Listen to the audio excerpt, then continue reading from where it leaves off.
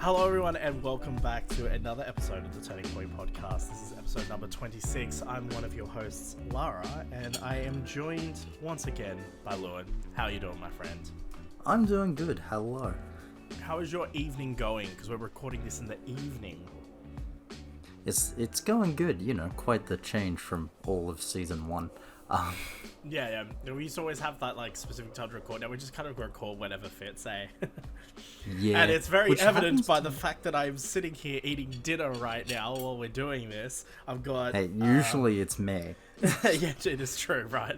It's funny because like I can never hear you eating over Discord, but I always hear it in your recording. Audacity's a bitch when it wants to pick up the things I'm trying to hide. But yeah, so I've been eating a little bit of it, but I've got about half of a Kiev left. I've got a couple of wedges and some veggies, so very, very healthy, very good dinner tonight. I'm excited to be here tonight because we're going to be talking second episode for the year, which is great. But we're going to be talking about Book of Boba Fett tonight. Woo! More Star Wars. More Star Wars. That is like one of the things we come back to regularly on this show is the Star Wars. All of the Star Wars. Some of the Star Wars. Yeah. We've kind of avoided the sequels somehow, but that's okay. We don't need to talk about those. They were long gone by the time we started this podcast. Yeah. And they were actually, yeah, because sorry, don't mind me just eating. Rise of Skywalker came out 2019, yeah. We started this up in 2020. The perfect time. Yeah, because we did The Mandalorian, because that started in 2019. Yes.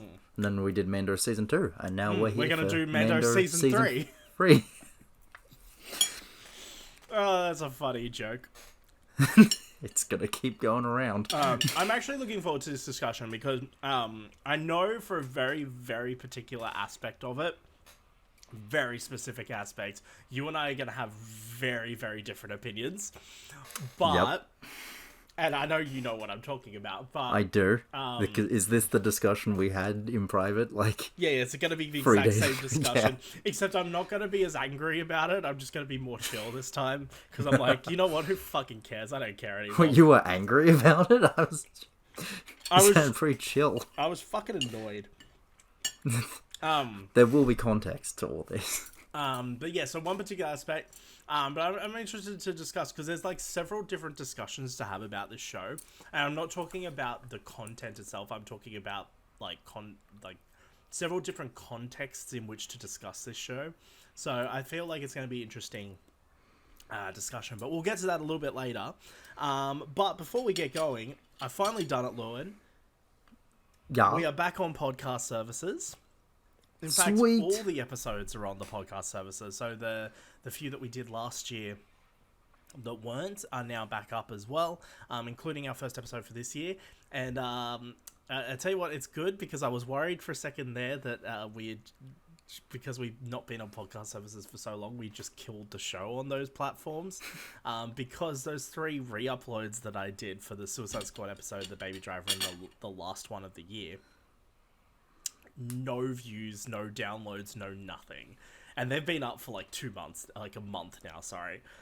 So I'm like, fuck, have we just killed the show on podcast services? But that's why I put in the title for the first episode, I put "We're back for 2022" in the title for the first episode, and that seemed to have worked, because we managed to get some downloads and some listens on that one, so that was really cool to see. So I'm glad that, and hopefully, you know, after being so long gone, hopefully if we get a few more episodes up, that we can kind of build that back up again.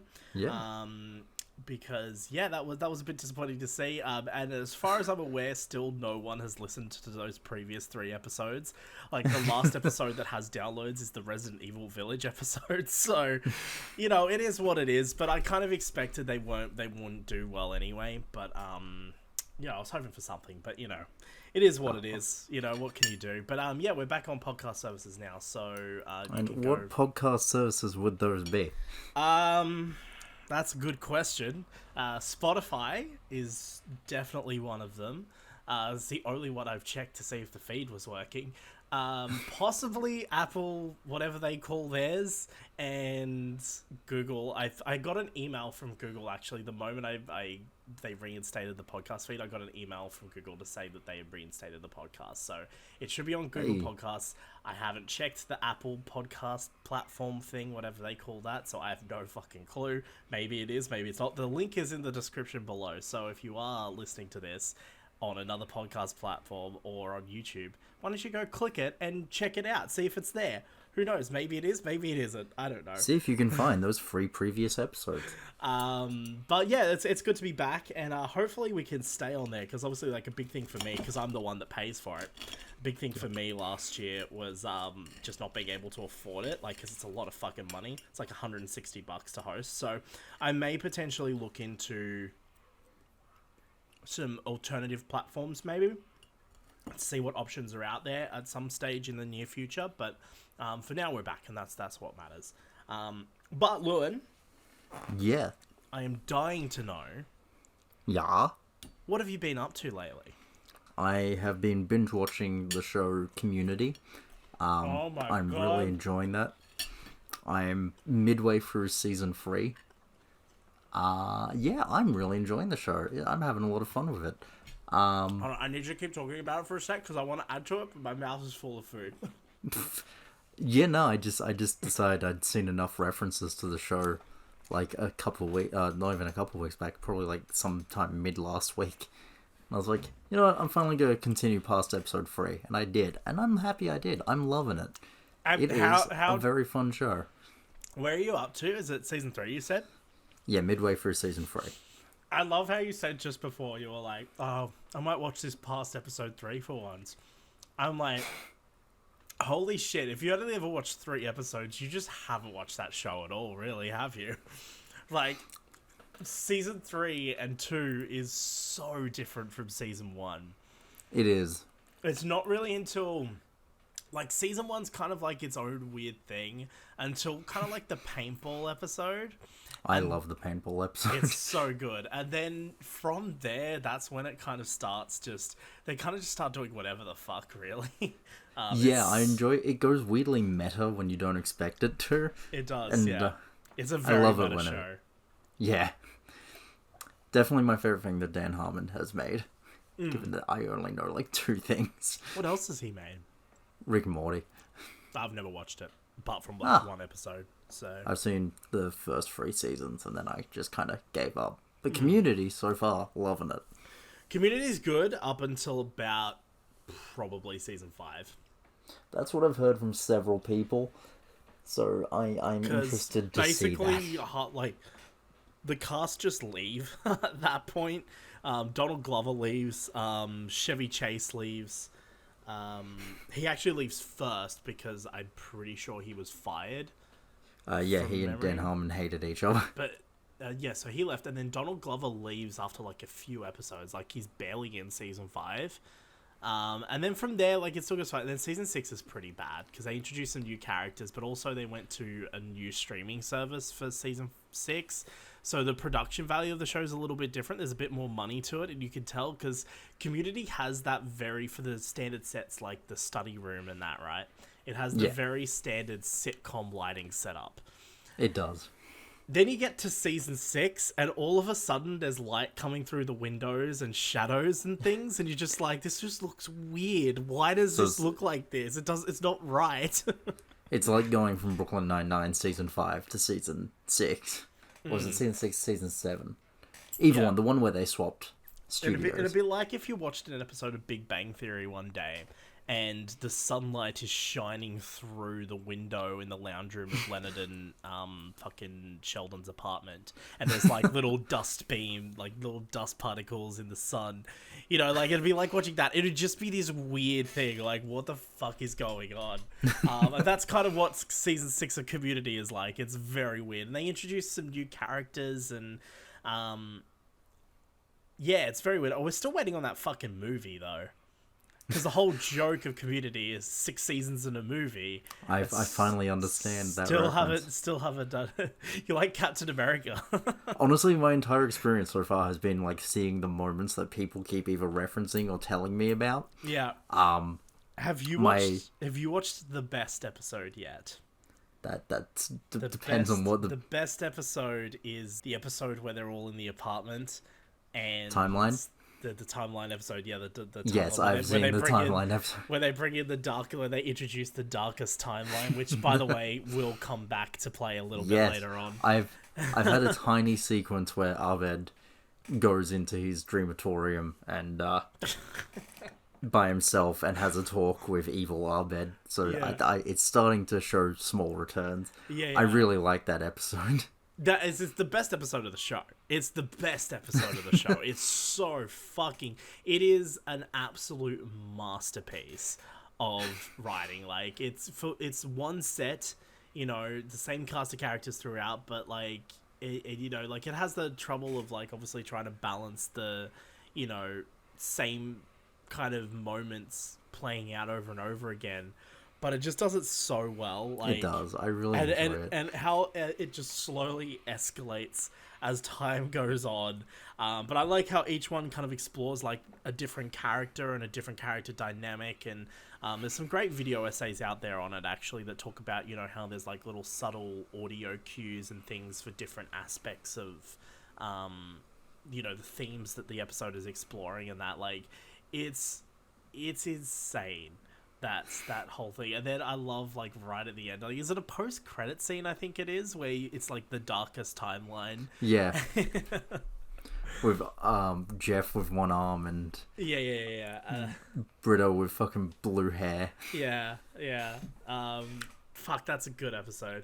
Have you seen the,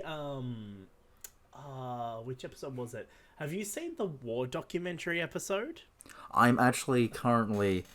Hold up, before we had to record, I was still watching, and, let me just... Yeah, I'm about 10 minutes into it's season 3, specifically episode 14. Yeah, it's all about the big... I know, like, because I'm on it. Yeah, because it's the big pillow fort episode, and it's all done like a war documentary. It's I'm halfway through that episode right now. It's fucking great. I'm pretty sure there's a musical episode at some point. That was before that, I think, unless there's another one. Because I have had a Glee musical one. Yeah, there was a musical episode at some point. There is I don't know if you would have had it yet. I can't remember what season it's in. I think it's in season 4 actually, because Chevy Chase is still in it. But it's like a full-on like claymation like stop motion episode. That's season 2. And I think it's like, oh, is it? Wow, jeez.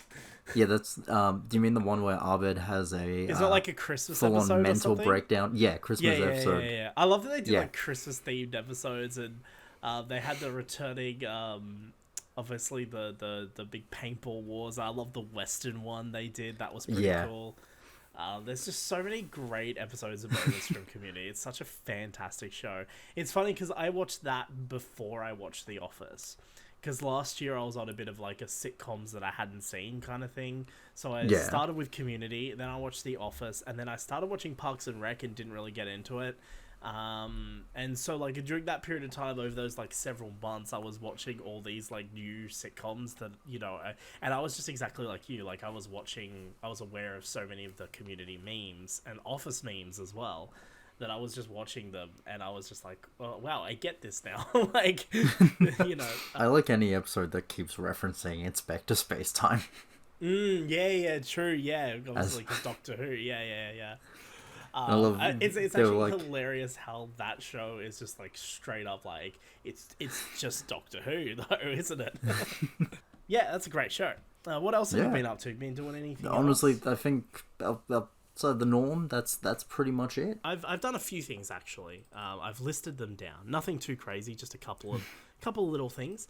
So first off, we're finally here. I finished Final Fantasy VII Remake the other day.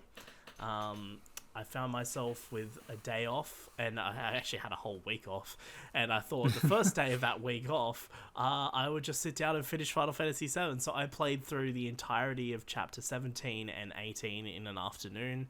Very nice. They literally just throw like 6 boss fights at you in a row in that game. Like it's crazy. Like you finish one boss fight, you have your little break, and then you're immediately into another one.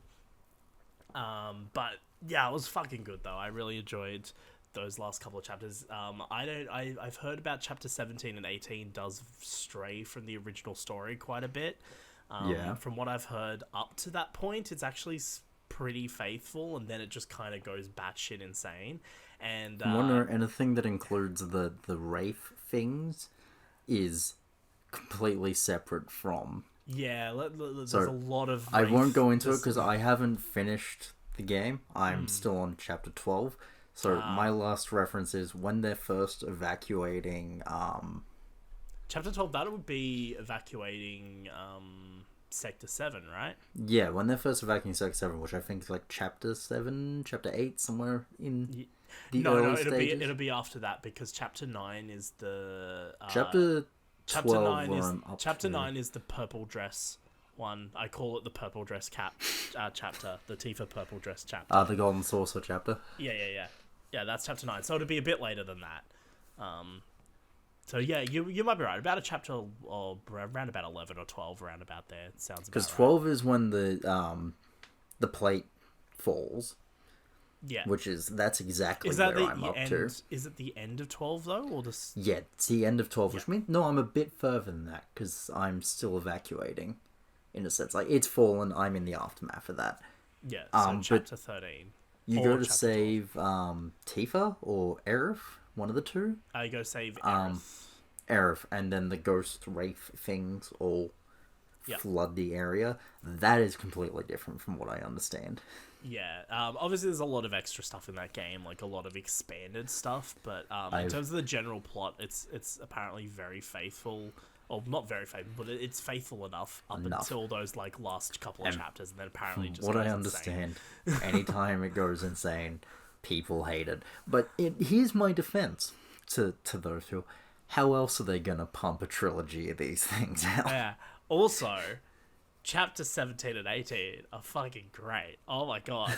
Like, I'm not going to spoil any plot stuff for you, but let's just say there's a lot more wraiths in these later chapters. Obviously, you've got your big boy Sephiroth. He's a thing.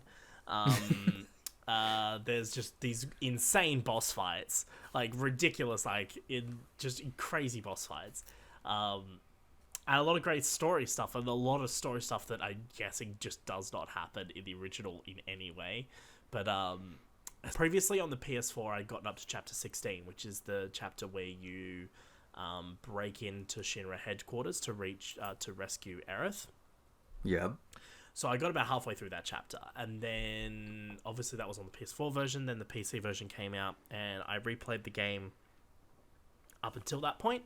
And then I got about halfway through the chapter, and then I finished off the chapter a couple of weeks ago, actually. It was like a week in between when I finished chapter 16 and when I started 17. And then I got a little bit way into 17 one night, and then I didn't play it for a few more days. And then the other day was when I decided just to sit down and smash through it all. I wasn't sure how long it was going to take me, but I'm like, I've got time. And yeah, it was good. I'm really, really happy with the ending. It is still my favorite game of all time. Like, I'm honestly glad to hear you say that. It's generally just like one of my favorite games. Like, I love all the character moments in it. I love that this game spends a lot of time just doing dumb shit with the characters. Like, it's it's not all plot, it's not all set pieces or anything. Like, there's so many moments in this game where you literally just do like these small little things with just the characters. That is something that Final Fantasy in particular fucking excels at. Because I've finished Final Fantasy 15, and like that's the open world one, right? Yes. The thing that annoys me about Final Fantasy 15 is like the main plot is kind of it's unfinished to a massive degree, but the character development and those small moments where you just do things and the characters interact, it's some of the best I've had in games. Like, I love just characters interacting. That's it. I just love that. It's something that's weirdly missing from like a lot of games. Yeah, like, I mean, you look at like my top 3 games. This is spoilers for a video that I'm going to do one day, but I guess I've already spoiled it with by saying Final Fantasy is my favorite. But you've got Final Fantasy VII Remake, The Last of Us, and The Witcher 3. All 3 of those games have amazing characters, amazing character development and journeys, and just great little character moments. Even if the way the characters interact is very stylized and definitely no human would ever act that way, but it is like there's still a lot of really nice moments. I just find it hilarious how every female character in that game is just thirsting over Cloud the whole fucking time. Like, it's hilarious to me. Like, there's so many great interactions, especially that chapter 9 between like Tifa, Aerith, and Cloud. And it's just like, I feel sorry for Cloud. He's like the awkward guy in the center of it who's just like doesn't really know how to react to these situations. And Tifa and Aerith are very clearly thirsting over it. But there's so many great little, like the moment where you're like picking flowers with Aerith. Or depending on, you know, the couple of choices you make in the game or the side quests you do, there's the moment at Aerith's kind of garden with whichever character you end up seeing in that one. I don't know if you would be up to that bit yet, though. I don't know if you've had that. I think that's like it's one of maybe you have. Have you had that yet? Hold on, repeat the event. It's a scene at Aerith's garden at night with one of the three characters. I've been to Aerith's Garden at night, but Yeah, I okay, don't so you think haven't I've had had a... Yeah. Okay, so you either will have a scene with Barrett, Tifa, or Aerith, and depending on the choice you make at the start of chapter 10,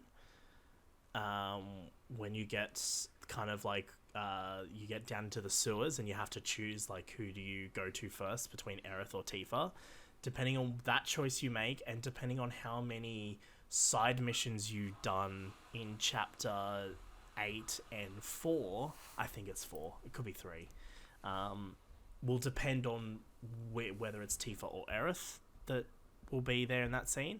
And then for Barrett, I think there's a couple of other things that you can do to get Barrett in that scene. And it's not like a romance thing, although for Tifa and Aerith, it very clearly is meant to be like a, you know, one of those like, you know how this game does like romance scenes? Like you don't actually romance the character, but there's like very clearly scenes where they get really close and like... Yeah. It's one of those scenes for those two, and then with Barrett, it's like this really cool, just like, you know, bros hanging out, having a deep and meaningful type scene. But yeah, depending on what choices you've made in those earlier bits and how many side missions you did in those chapters will depend on who you get in that scene. So my very first playthrough, I actually had Aerith, but then on my PC playthrough, because I understood how that worked, I wanted my girl Tifa, so I made sure that I did the more Tifa side missions and made sure I chose Tifa so I could have that Tifa scene, which is great. The Tifa scene's just fantastic. I'm going to play Intermission next. I'm very excited to play that. I did start it, actually. I watched the opening cutscene, and that's as far as I got. But I'm excited to play it. I don't know when I'm going to do it, though, because Destiny's coming out in like a week. The new DLC, so I'm probably going to be religiously playing Destiny for a few weeks. So who knows when I'm going to get to it, but hopefully Destiny as now owned by PlayStation. Exactly. The other things I've been doing is I did recently I started streaming again, and I'm going to go back to regular streaming on the channel because I thought if I'm not making video content and just doing podcasts, I might as well stream because I enjoy doing it. And last week I did stream Life is Strange Before the Storm Remastered. I did 3 streams. I played through all 3 episodes and also the farewell episode. And just as a game, like just on its own without the remastered aspects, I absolutely love Life is Strange Before the Storm. It's my favorite one. And it was actually really interesting because I had one of the same people that were in the chat for my Life is Strange True Colors streams, who's, by the way, joined every stream since, but it's just constant, like, me giving him shit for liking Life is Strange 2 and him giving me shit for not liking Life is Strange 2. So it's just this great, like, back and forth. Life is Strange 2. It's just this back and forth banter. It's great. But yeah, I played through that, and hasn't changed my mind. Before the Storm is still the best one. There's so many great moments, and so many great moments, like just as a game. I'm not going to go into Before the Storm, but as a remaster, very hit and miss. very Okay. hit and miss. Performance issues? Not really performance issues. Some of it looks good. Like, some scenes look fantastic. Like, the lighting looks fantastic. But some scenes look fucking terrible.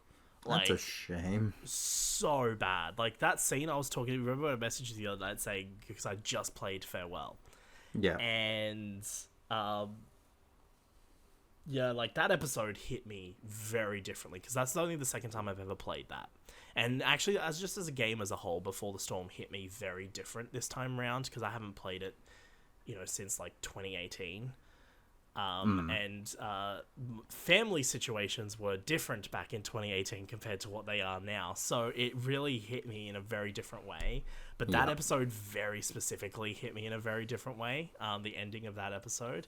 But it was mildly ruined by the fact that it looked fucking awful. The lighting was horrendous. Everything was so bright, and there were these, like, lights coming from weird sources, and I'm like, where's that light coming from? Like, it looked fucking awful, and I was just like, man, this is really ruining this. Like, it didn't ruin the moment, like, it still had the emotional impact that it has, because I'm a little bitch like that. But it was really distracting. Like, in the lead up to it, I was, like, really distracted by the fact that how awful it looked. I did encounter a couple of glitches. There was one glitch in that exact same episode in the scene before where you're out in the backyard and you're, like, trying to find the treasure. Chloe's eye was glitched the fuck out. Like, literally, like, she'd move her head and her eye would just, like, stay in the same spot in her head. Oh, so God. whenever she moved her eyelids, the eye was just clipping through it. And God. I was just like, oh my god, that's fucking terrifying.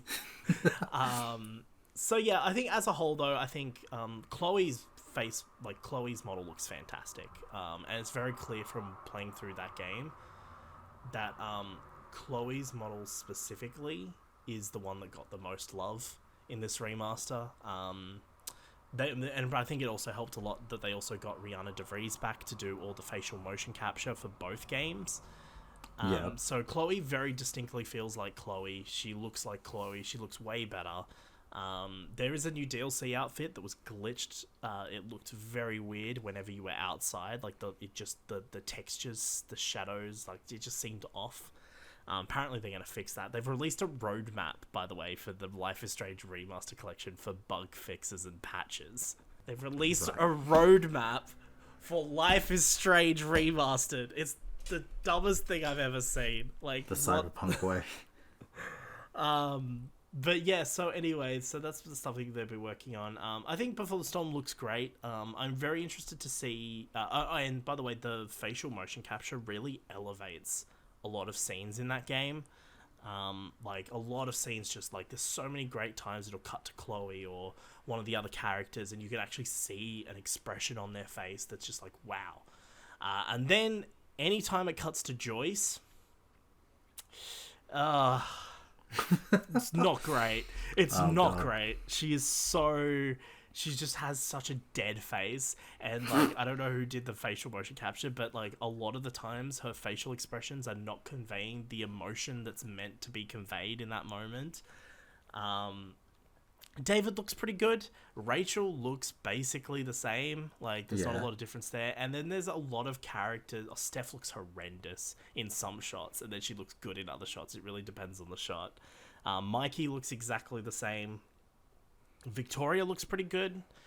Damon looks fucking terrible. Holy shit. Like, wow. Damon looks really bad. Rachel's mother looks terrible. But James Amber actually looks really good. Like, I think they've got a really good remastered face model for James Amber. I think that looks really good. There's a lot of little things. Oh, and the lighting in Principal Wells. You know that scene at the start of episode 2 where you're like in Principal Wells' office and then you either get expelled or suspended? Yep. That looks fucking terrible. Oh. Yeah, there's a lot of like scenes that look really good. Like the scene where you first go to the junkyard looks incredible. Like there's just enough like lens flare because there's like this really wide shot where the sun's shining directly onto the camera and Rachel and Chloe are standing there, and it looks fantastic. There's a lot of great little bits like that. But yeah, it's very hit and miss. I'm very interested to see how Life is Strange goes though, because at the time of recording this, I haven't started streaming that yet. But probably by the time this is released, I've probably already streamed a couple of episodes. So I'm interested to see how that's going to make, because I think that's going to benefit a lot more from the remastered treatment than what Before the Storm will. Okay. Just simply because one thing Life is Strange desperately needs is lip syncing. Just any lip syncing would be great. But I'm interested to see how Rihanna DeVries' facial motion capture performance mixes with Ashley Birch's voice. I think that could be, because apparently Chloe's like the best part of both games, and I've seen some footage of Life is Strange 1 and Chloe looks fantastic. Apart from her hair's very bright. Like it's a very, very bright, like it doesn't quite look the same, but apparently, and Max looks fantastic. Max looks great in this. Like there's been so many like little screenshots of Max that I've seen that I'm like, wow, that looks incredible. Specifically for Before the Storm, honestly, when I replay that game again, because you know I will, I'm not going to play the remastered version, I'll just play the original. Fair enough. I think the original was better. What else have I been doing? I've been in a bit of a Star Wars mood recently. Who'd have figured? And I've been playing a lot of Star Wars games, specifically Battlefront 2 still. I've been messing around with mods of that. Both of us. Just maybe without the mods. I've noticed you've been playing Battlefront lately. I remember our last discussion, essentially since the last discussion where we were talking about Battlefront, and you're like, oh, I should play that again. And then I think the next day I saw you on PSN playing Battlefront. I thought that was kind of funny. I've gone through a lot of Battlefront games. Not Battlefront, just Star Wars lately. Yeah, I've been doing the same. A goal. You know I like to platinum games. We've been over this. My goal is to platinum every platinumable Star Wars game on May 4th. I'm going to get every game up to one trophy left, so that on May 4th I can be an absolute lunatic and go game by game to pop each platinum, because I'm an idiot with too much spare time. Jesus. I am one game down so far. Star Wars Episode 1 Racer. Nice. Good game, actually, surprisingly. Yeah. I've been playing, I actually installed Jedi Academy. Yes. I haven't been playing Jedi Academy, but I have installed a couple of conversion mods for it. So I've got probably one of the biggest mods for that game, Movie Jewels. I've got that installed. And I've also got another mod called Galactic Legacy, which is essentially just another version of Movie Jewels, but with a lot more characters. So I've been messing around with that, and it's weird because I'm so used to the Jedi Outcast combat that the Jedi Academy took me a little bit to get used to. Because it's not like widely different, but there are a lot of different aspects. For example, you can do these little combo move things. Like if you press the primary and secondary attack in quick succession, if you got a lightsaber character, they'll do like a spin kind of move type thing. So there's a lot of like little things that have taken me to get to use. My favorite one is doing the combat roll and then like doing the stab. That's pretty fun. But I've just been messing around with that mod. That one's fun. Basically, you can replay some of the movie, like the jewels from the movies, and the shows and that, or you can make your own. There's plenty of maps, and you can just pick which characters you want to fight each other, and you can just do that. Or you can put a bunch of characters together, go neutral so they don't attack you, and then just watch them fight each other. You've got all eras in there. You've got a lot of legend stuff in there, all three main eras, and a lot of maps, which is really cool. The other one is Galactic Legacy, which is essentially the same thing, but it's more like it's much bigger. It's not as good, it's not as polished, but it's much bigger. There are so many characters, like a ridiculous amount of characters. We've got KOTOR characters, we've got Old Republic characters, we've got all these like obscure characters from comic books. There's so many characters in there, and you can get them to do the same thing, and it's really fun. So I've been messing with that. That's been a lot of fun, actually. But I am considering replaying Jedi Knight 2 Jedi Outcast and actually playing through Jedi Academy at some point. Would you like a review?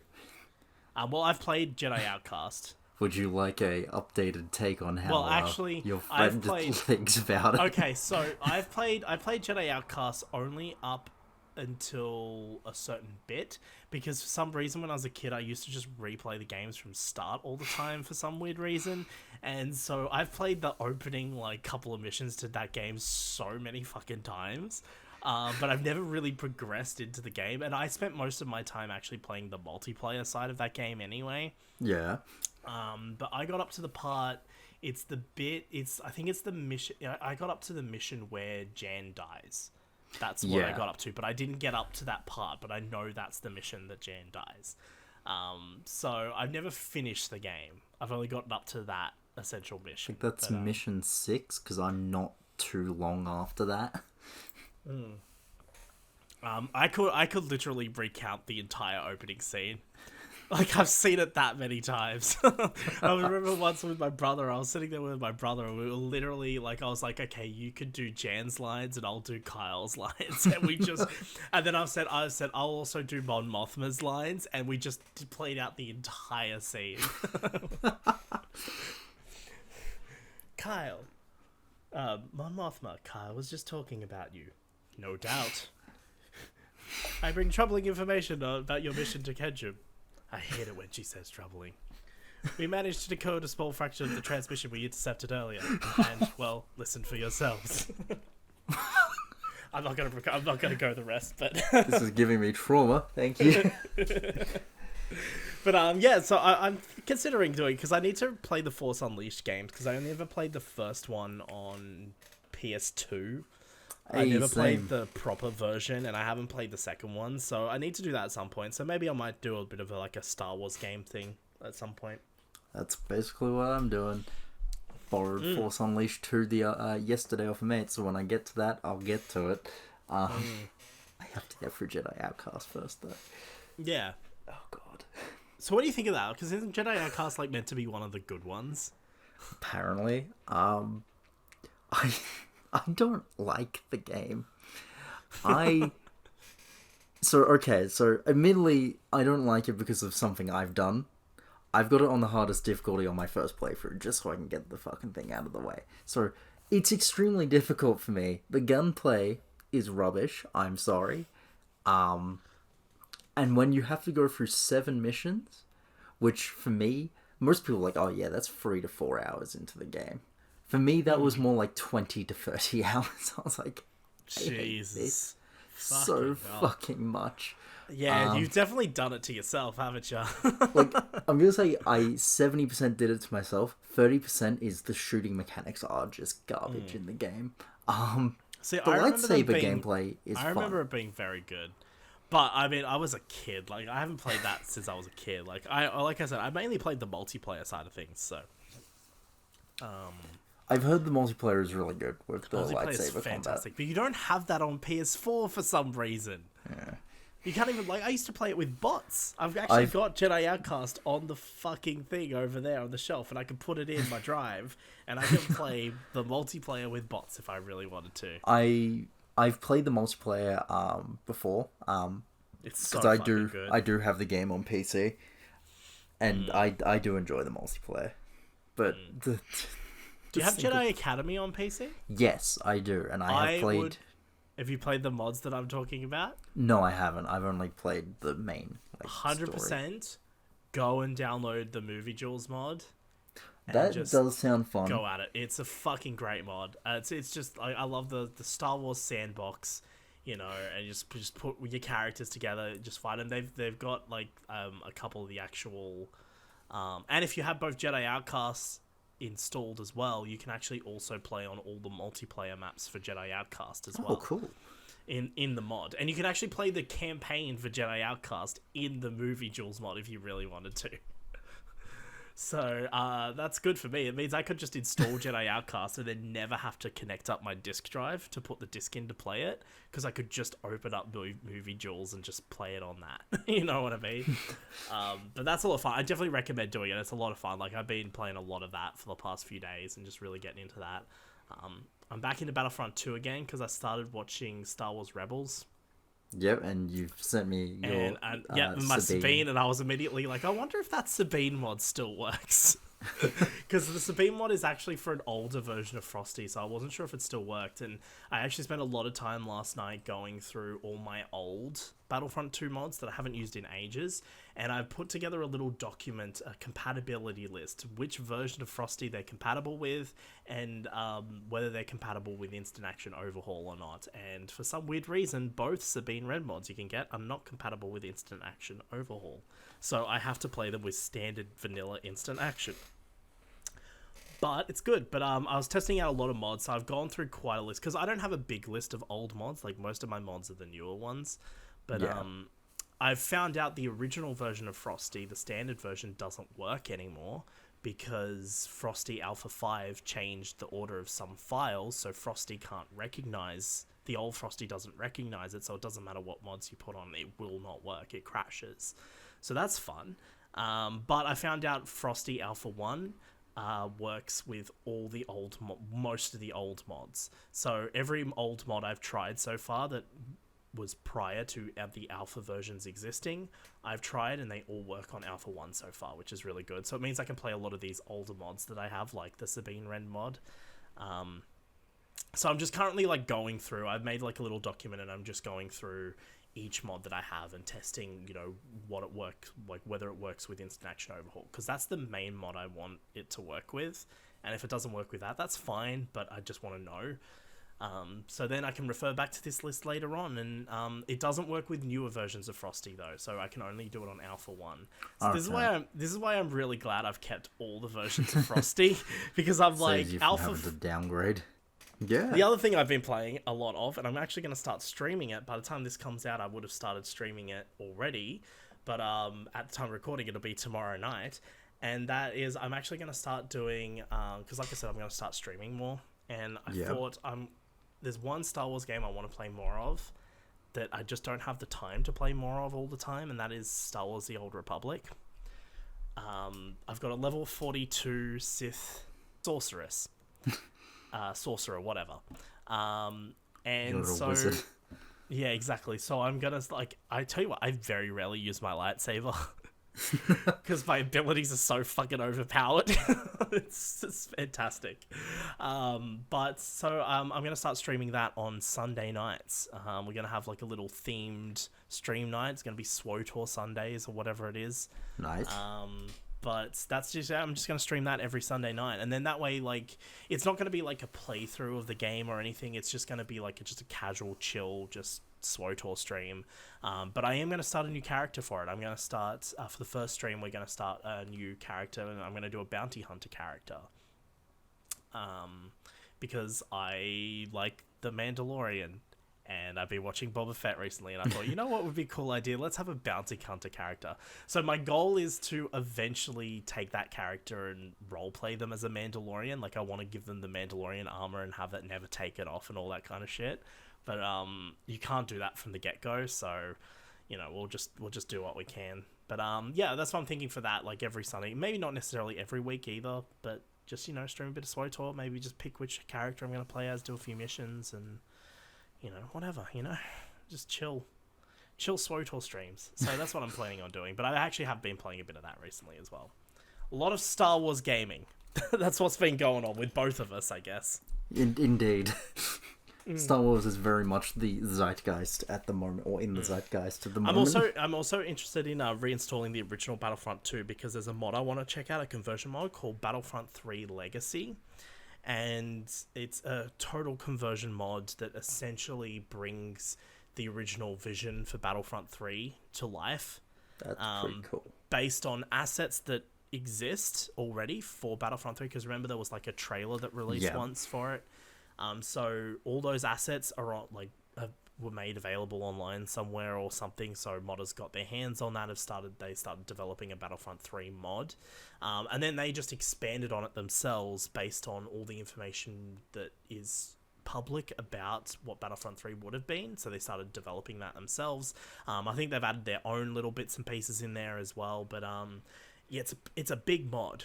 And I really want to check it out. Because apparently it's really... It's like that a sounds big pretty mod. awesome.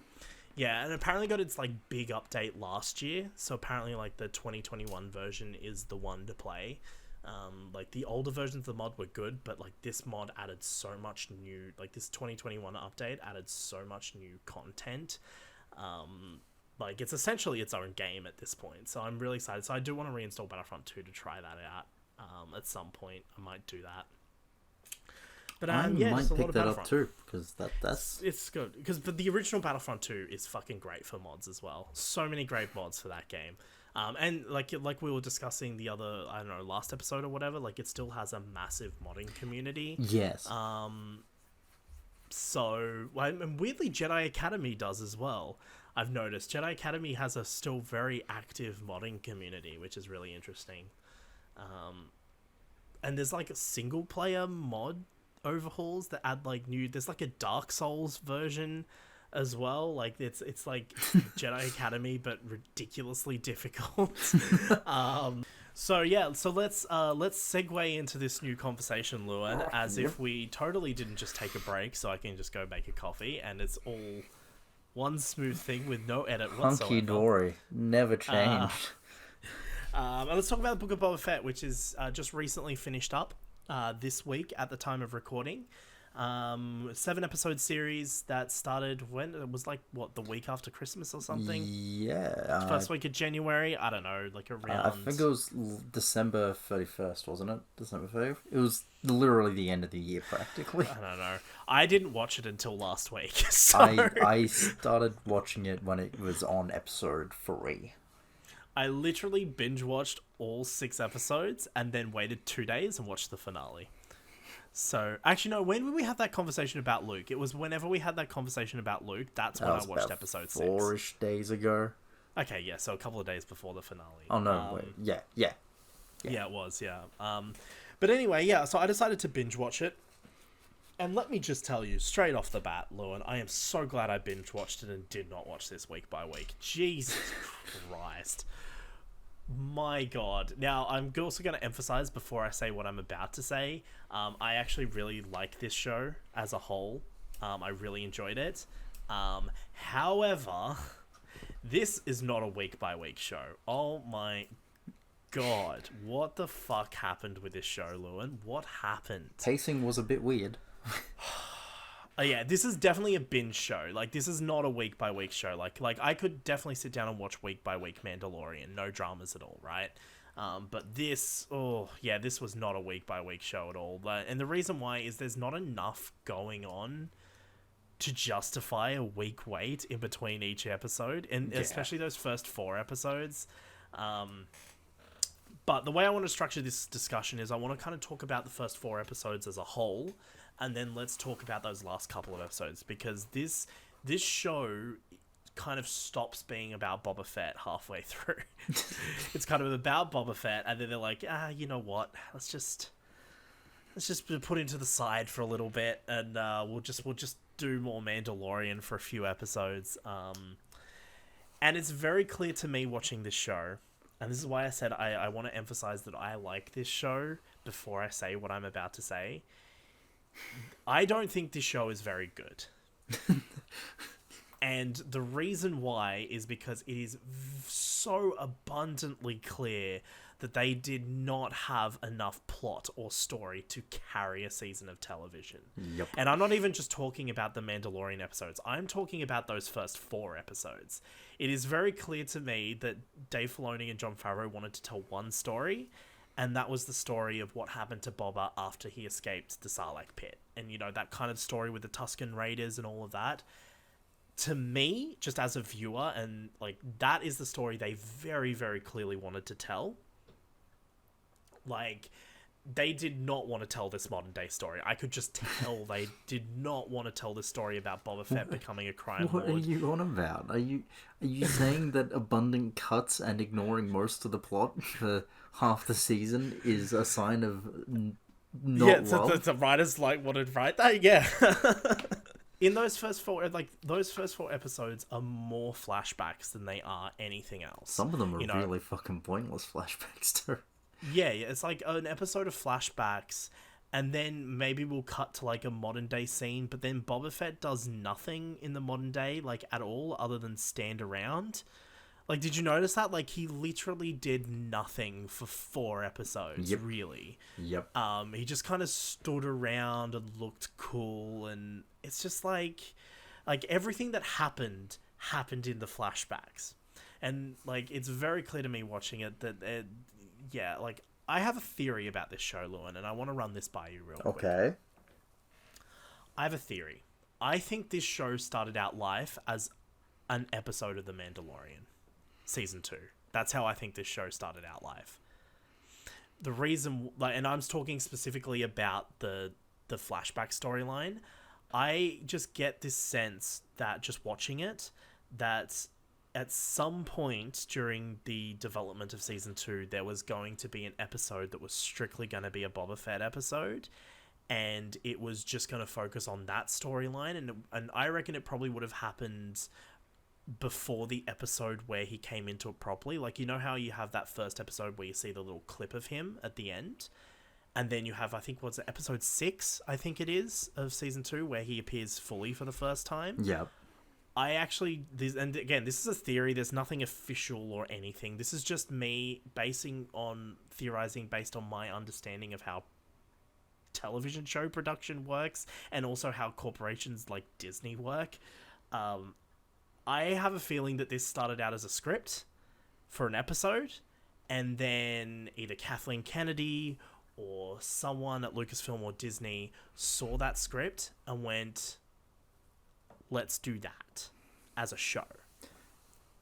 I think that and is then a they just possibility. expanded it. Again, it's a theory. There's nothing to back this up, but it just very much feels like even the flashback storyline to me feels like it's been stretched the fuck out. Yeah. To the point where I just feel like it was 1 episode originally, and then they've just stretched it out to 4 episodes and then added modern day stuff in there. Like, it really feels to me like this isn't a story for a series. What I'm you know what interested I mean? in, I do know what you mean. What I'm interested in is, what was the plot of the original Boba Fett movie? Because the 3rd anthology film was meant to be about Boba Fett before it got cancelled after Solo tanked. Oh, yeah, I forgot all about that. Oh my god, maybe this was it. I think it was a repurposed movie Maybe script. it was it. Yeah, that could be another explanation. Yeah, I completely forgot about that. I think both make sense to me. Both do make sense. Because who knows, maybe that movie script might have been repurposed for an episode of Mandalorian that then got repurposed for a whole fucking series. It's pretty... Because most people are guessing that Mando himself is like, well, we're not doing Boba Fett anymore, so we're just going to make another cool bounty hunter. And then the new cool bounty hunter took all of Boba's best characteristics, so Boba's left with nothing. And I want to talk about Boba Fett's characterization in a minute. But yeah, like, I mean, again, like, none of what we've just talked about is anything official. Like, it's just theorizing. Yeah. But the reason, like, I just cannot, in good conscience, as a film and TV show connoisseur, as someone who has trained in the art of filmmaking that then I don't utilize in any aspect beyond editing, I just cannot in good conscience say that this is a good show. It just isn't. I'm sorry. You can enjoy it. I know a lot of people love this show. I don't want to say the word objective, but because that gets thrown around a lot. But purely from a filmmaking and writing standpoint, this show is actually pretty bad. To be honest with you. However, I really enjoy this show. Some aspects of it. I'll explain some aspects I do, and one of those aspects is actually the complete opposite of what a lot of other people are saying. And I don't know what your opinion is on this, because I avoided talking about a lot of this with you, because I wanted to save it for this discussion. Yeah. I really like what they've done with Boba Fett here. Yeah. The reason why I'm saying I love this, and the reason why I'm saying a lot of people don't, is because this characterization of Boba Fett is very different to what people were expecting from Boba Fett. In fact, he's very similar to the Mandalorian in a lot of ways. Context, the reason why I think people were expecting a very different character is because of the expanded universe. Yep. and how Boba Fett's been characterized over the years. He has. This is not that character. It's not. It has been counted up. He has 2 minutes of screen time in the original trilogy. Yeah. Like, here's the thing. Like, people are carrying on like Boba Fett's like one of their favorite characters. The only reason Boba Fett is anyone's favorite character is because of the expanded universe. Or because they think he looks cool. Yeah, but that... You can't have a favorite character. You can. People will do it. I know, yeah. It's the same crowd that like blindly love 100% everything Star Wars without questioning it. When I was growing up... When you're a kid, right? When you're a kid, something that looks cool is fucking cool, but right? People carry that through to their adulthood. When I was growing up, everyone in my friend group fucking loved Boba Fett. Yeah. It was insane. Yeah. It's insane, especially for a character who literally doesn't exist as a character. Like, literally, like, I'm sorry, but there was no Boba Fett character until the prequels. And when I say the prequels, I mean specifically the Clone Wars. Yeah. And his character in the original prequels is literally, oh no, my dad's head got cut off. Yeah, and then in the Clone Wars, they really flesh out that version of the character quite a bit. But the version of the character that we see in those original films is not a character. He stands around and looks cool in his armor, which I do agree, looks very good. Yep. And he says, like, 2 lines of dialogue. And then he just fucking dies. You know, like, that's it. There's nothing there to like as a character. And he just looks cool. As other people have pointed out. Yeah. The way he dies is fucking pathetic. He gets beat by a blind man, and then instead of using his one advantage of a jetpack, he gets close to Luke and lets the person with the lightsaber get near him. Who does that? He's an idiot. He's an idiot. He's an idiot. Boba Fett is canon. He is an idiot. Okay? And I'm not going to get into a discussion with anyone about expanded universe shit, because none of it's canon, none of it matters. Yeah. Okay? I don't care if you like that version of Boba Fett. I don't give a fuck. I've never read anything with Boba Fett in it, but I have read about that version of Boba Fett, and I too like that version of Boba Fett. However, I like what they've done here a lot more. And I think the reason why is because this is also a very different character to how he's portrayed in season 2 of The Mandalorian. I don't know if you noticed that, but he's like he's almost like they're almost like season 2 Mando different characters. Mando season 2 Boba was very stoic and closed off. He also wrecked those fucking stormtroopers. Oh yeah, he did. It was awesome. Beautiful. Boba Fett is a much more honestly, he's a very chill guy. I'm gonna be real with you. I think he's been to the Polynesian spa quite a few times. But yeah, no, he's very chill, and I think a lot of it comes from obviously his time with the Tusken Raiders. Like definitely his time with the Tusken Raiders changed, which I'm a bit unsure of the timeline of this show. So the Tusken Raider thing happens 5 years before the modern day story. However, I'm unsure of the timeline between into Sarlacc Pit and out of Sarlacc Pit. Yeah, because the Jabba's ship doesn't seem to be on fire. But also, how he wouldn't be in the Sarlacc Pit for long, surely. Yeah, like he has to breathe. I would imagine... Oh, well, yeah, and he's got to dig his way out. I'd imagine he'd be in that Sarlacc Pit for maybe, like... I don't know. He's eaten... I would say probably... Well, I mean, he has to dig his way out. I'd say a day or 2 tops. Like, no way it goes past that. Yeah, it wouldn't go past that. Even though by the time he comes out, he's chubby Boba Fett. he goes in skinny, comes out chubby. It's the Sarlacc fattening him up. Yeah. I'm not saying Tamara Morrison is fat. I'm just saying Tamara Morrison has a very big build. Compared to, like, the original actor did not have. I love his journey throughout the whole Tusken Raider bit. I love the episode where, I can't remember, is it the second or third episode, the train heist episode? I think that's the third episode. That's a good episode. Ooh. I like that episode. That was when I actually started giving a shit, because I'm going to be real with you. Those first 2 episodes were boring as fuck. I don't mind the first episode as an introduction piece, but the second episode was more of the first, and I was like, okay. Yeah, like the second episode really not much, and this is what I mean by like the plot of those episodes are just drawn out so much. You know, like this is what I said this in a tweet after I did my binge watch. I said it's very clear to me that this show should have been this is before I started thinking about maybe it started out life as a Mandalorian script, or like you just said, that movie maybe. But I was just sitting there like, this really feels to me like it's a 1 or 2 episode mini-series. Like it's like a 2 or 3 episode mini-series. Like it's not a series. There's just not, like, the fact that it has to have Mandalorian and Luke Skywalker carry half of it really says to me that like it really should have just been focused on the Boba story and maybe been like a 3 episode event series. So, you know what I mean? Like, yeah. So like 3 weeks, just this event mini-series, and that's it. My issue I think is it would have worked better. 7 episodes, as it is.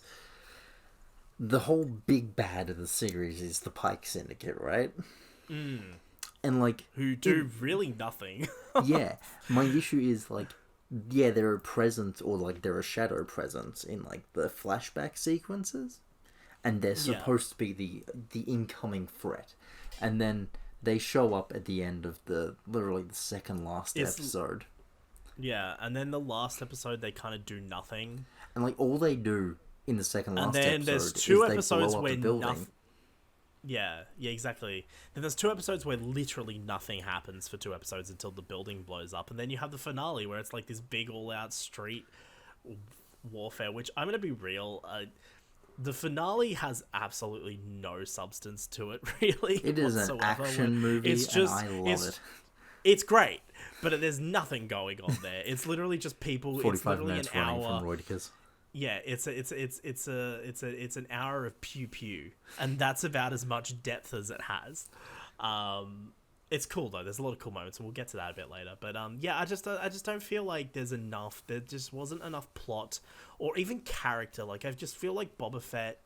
I like how he's portrayed in this, and I like how the journey of, you know, him being with the Sand People has kind of, you know, just changed his outlook on life and softened him up a little bit. I love when he becomes a crime lord that he chooses to, you know, not rule by fear and, you know, like, instead much more, you know, focuses on, you know, building relationships with the people and, you know, making sure that, you know, that he's looking, like, I like that he finds not a family, but he finds like a purpose in this town of people. Almost. Yeah, this tribe. Yeah, well, yeah, the tribe. Yeah, it's a tribe, right? Yeah. Fennec. Look, Ming-Na Wen does the best. She's great, but she's doing the best with a very one-note character. So I do have to. I know we'll probably get to it later, but I want to mention it now while it's on my mind.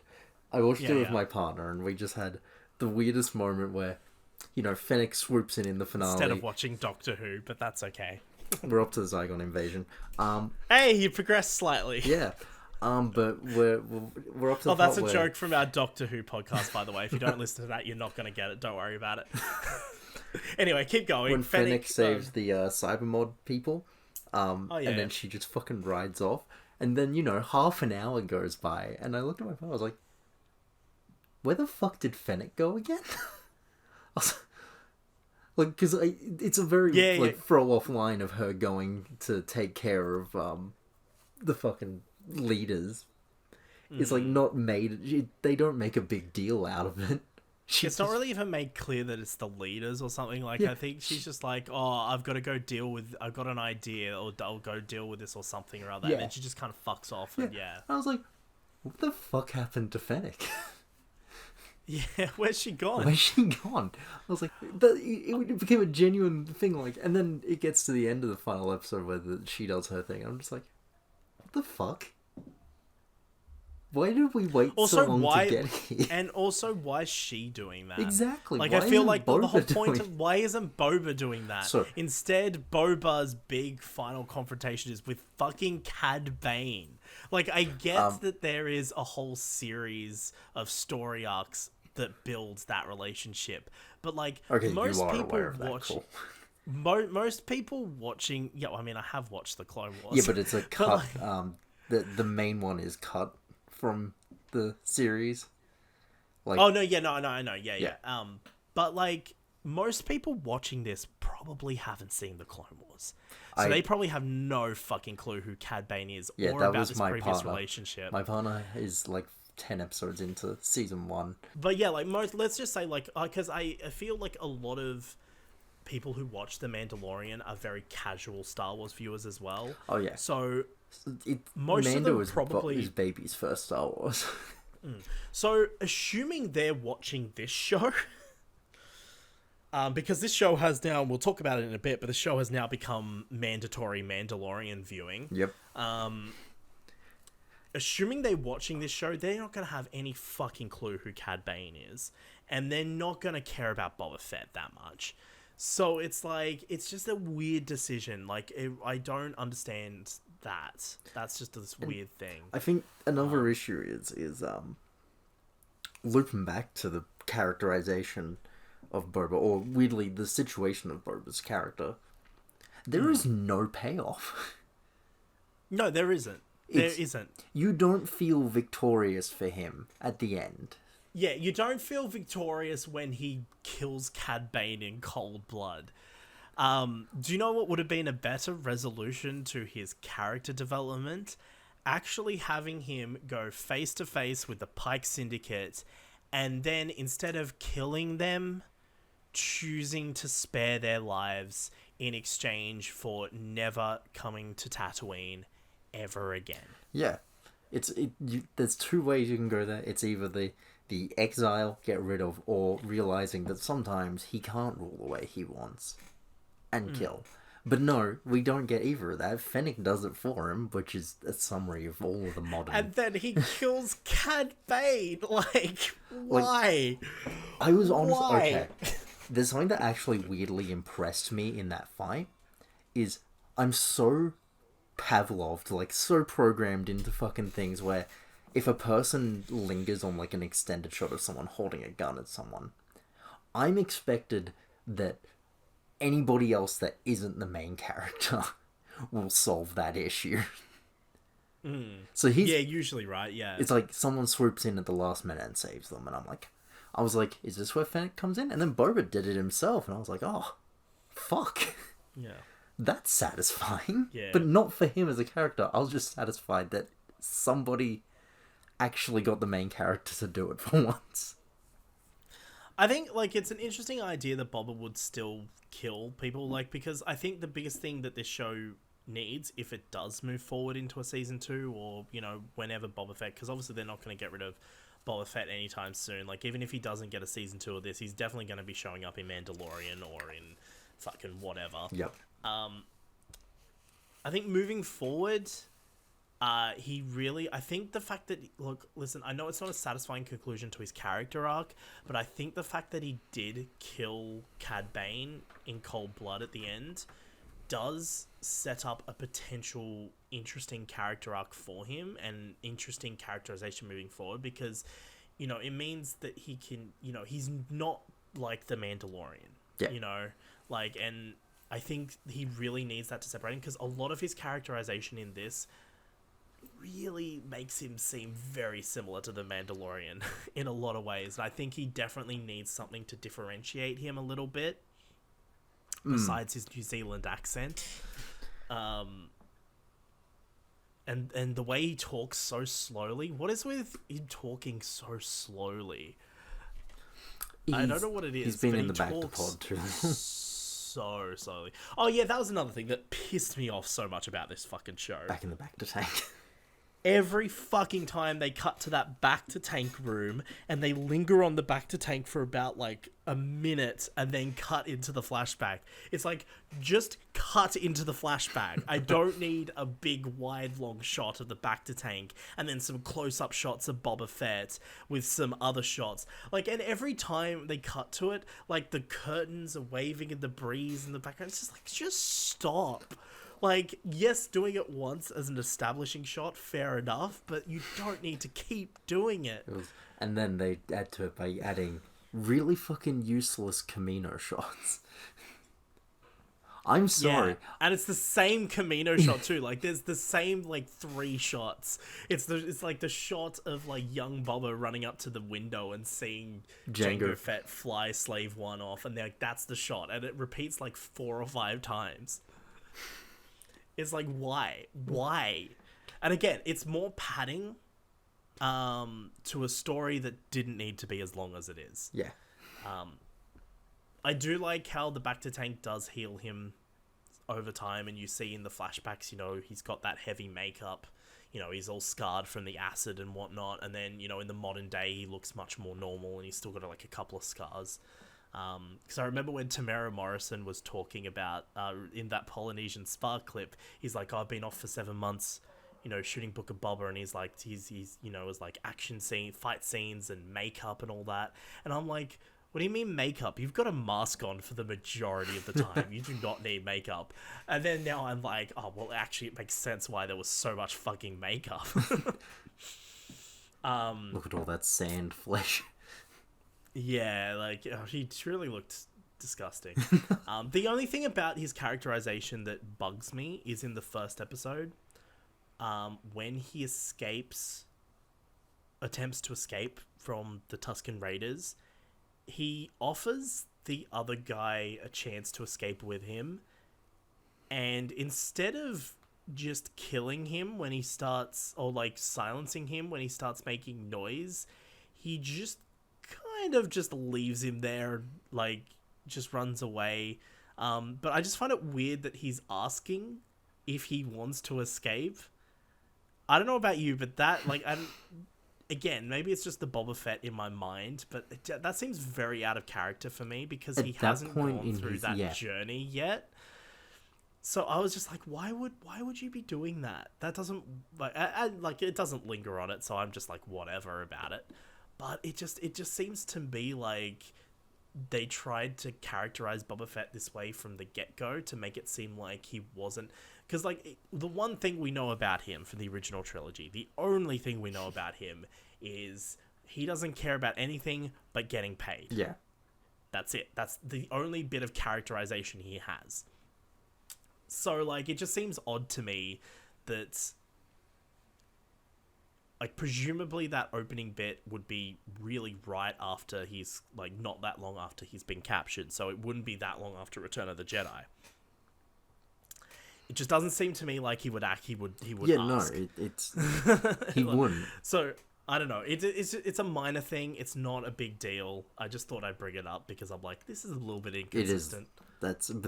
I think you framed the series. Yeah, speaking of inconsistencies, let's talk about The Mandalorian. Mandalorian Season 3 premiered early, and then got briefly and harshly cut off. Yeah. So I like the end of episode 4 when they're like, oh, credits can buy muscle. And then you have the subtle introduction of the Mandalorian theme as the episode ends. It's like, oh, cool, we're going to get the Mandalorian as a guest in this series. And then the next episode opens up with that opening scene where we actually have an action scene that really Boba Fett should have had at some point, I'm sure. Like, obviously without the Darksaber, but, like, it was a pretty brutal fucking scene. Like, we literally see Mandalorian chop someone in half. Like, it's fucking insane. And I was like, oh, this is a cool opening to the episode, Yeah, we're going to find out how Mando gets there. It's going to be quick. It's gonna... in and out, 10-minute adventure. Yeah, so 2 hours later, after the episode 5 and 6, we finally gets there. And I'm going to be real with you, I love episode 5 a lot. It's exactly what I want from The Mandalorian. Mandalorian lore. Just an episode of him trying to, like, he's lost his ship. He's lost Grogu. And it's exactly what I wanted from the Mandalorian movie forward. I was like, yes, this is good. This is what I want from that show. Not from this show, but from that show. This is exactly what I want.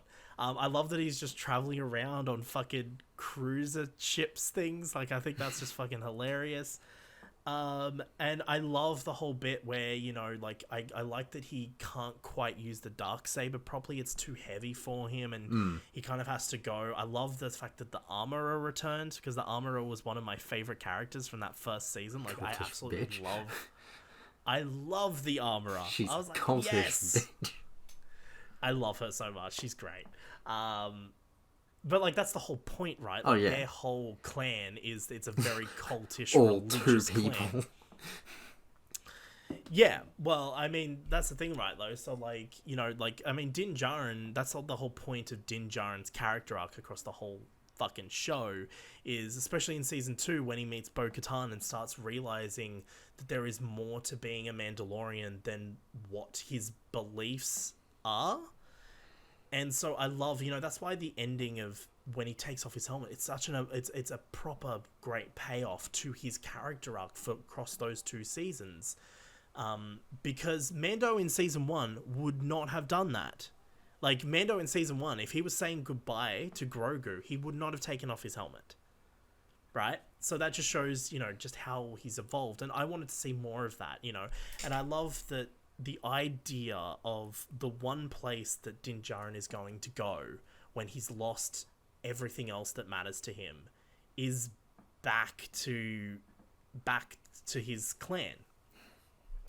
Because to me, the natural progression point for that character is to take him to his darkest hour, right? Yeah. Is to, you know, he's lost his son, essentially. Like, he's had to sacrifice his son for the greater good of his son, right? Lost his space home. He's lost his little ship. He's and now he's also got this Darksaber, you know. So, like, to me, it would make sense for that character to resort back to his old ways as a way to cope.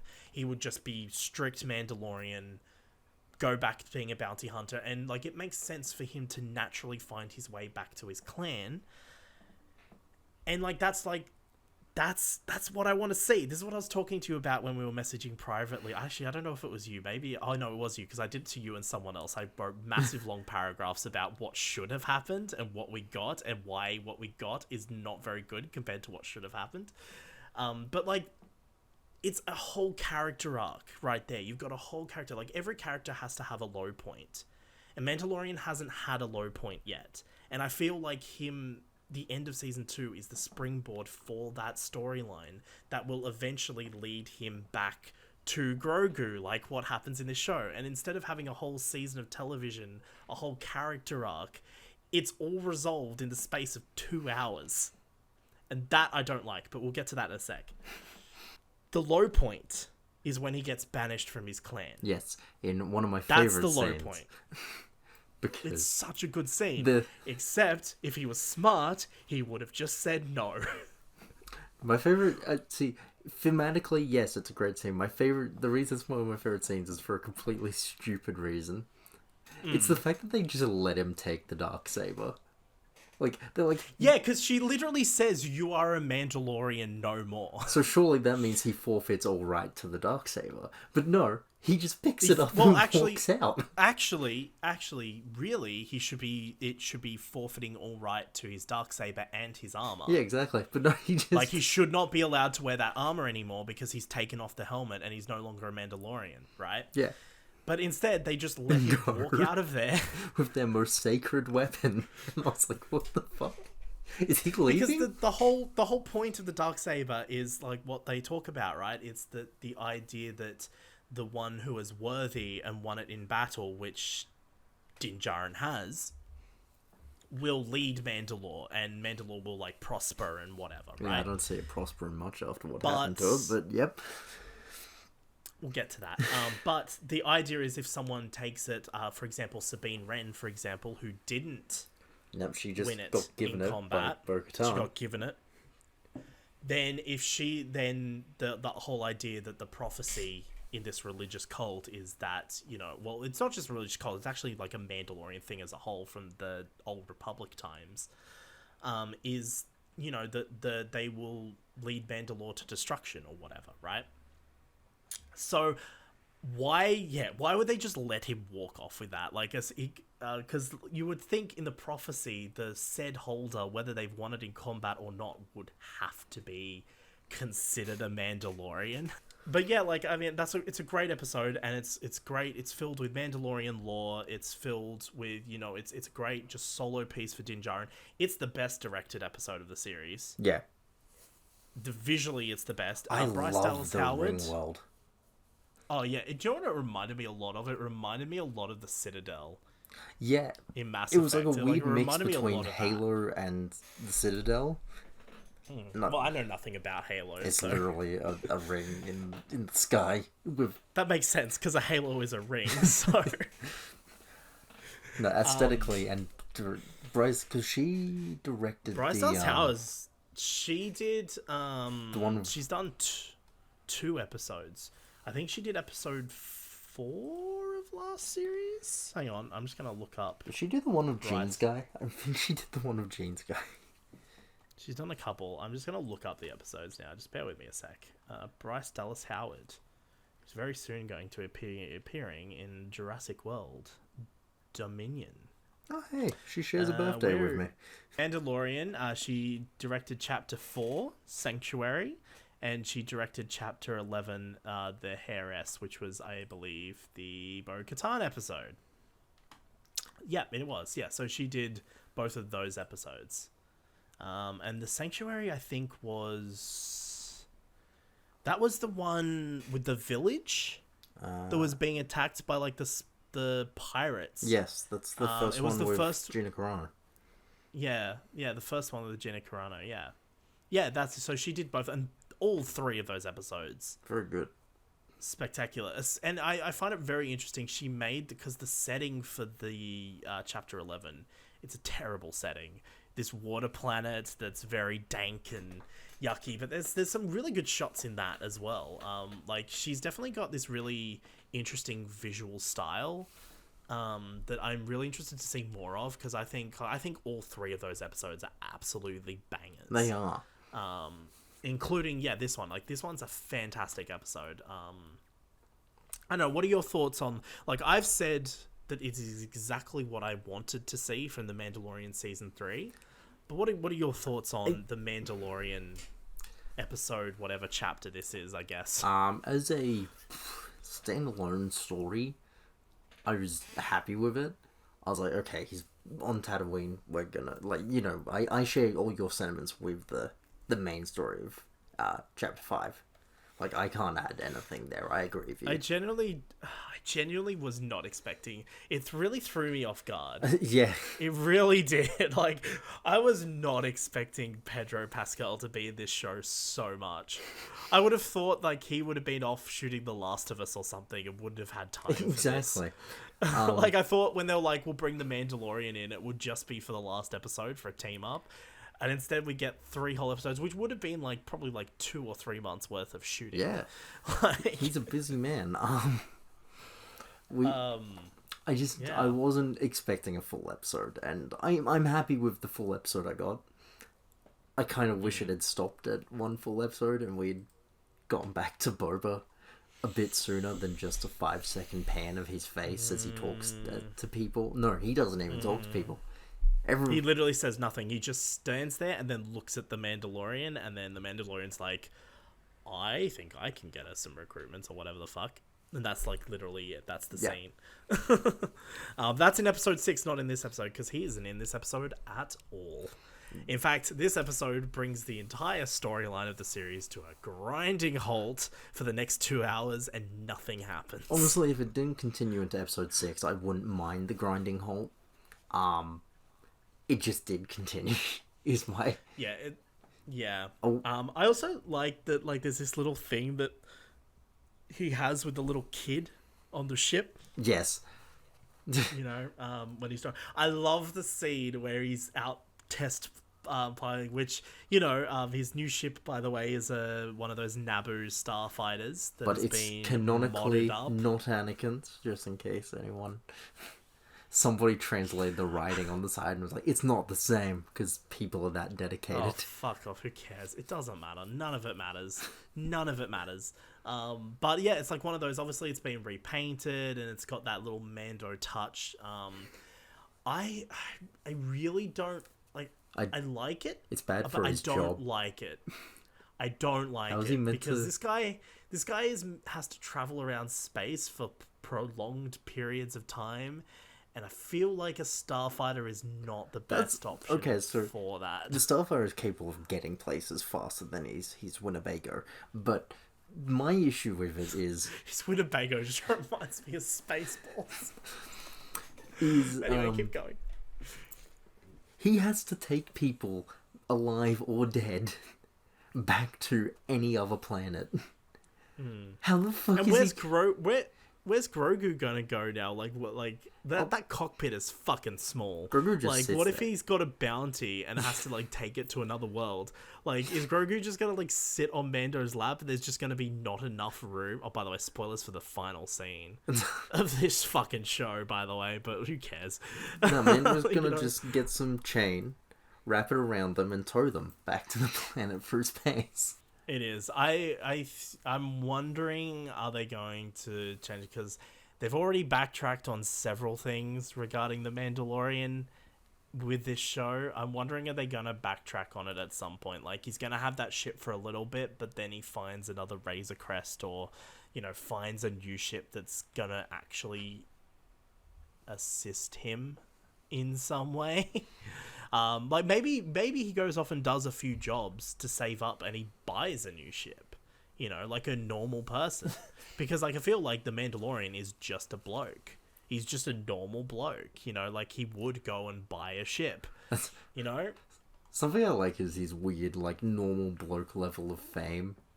Because he's weirdly more famous than probably any other bounty hunter in Star Wars on, like, a professional level. At least in this period of time, yeah. Because, like, I love the scene of the New Republic police just coming to arrest him.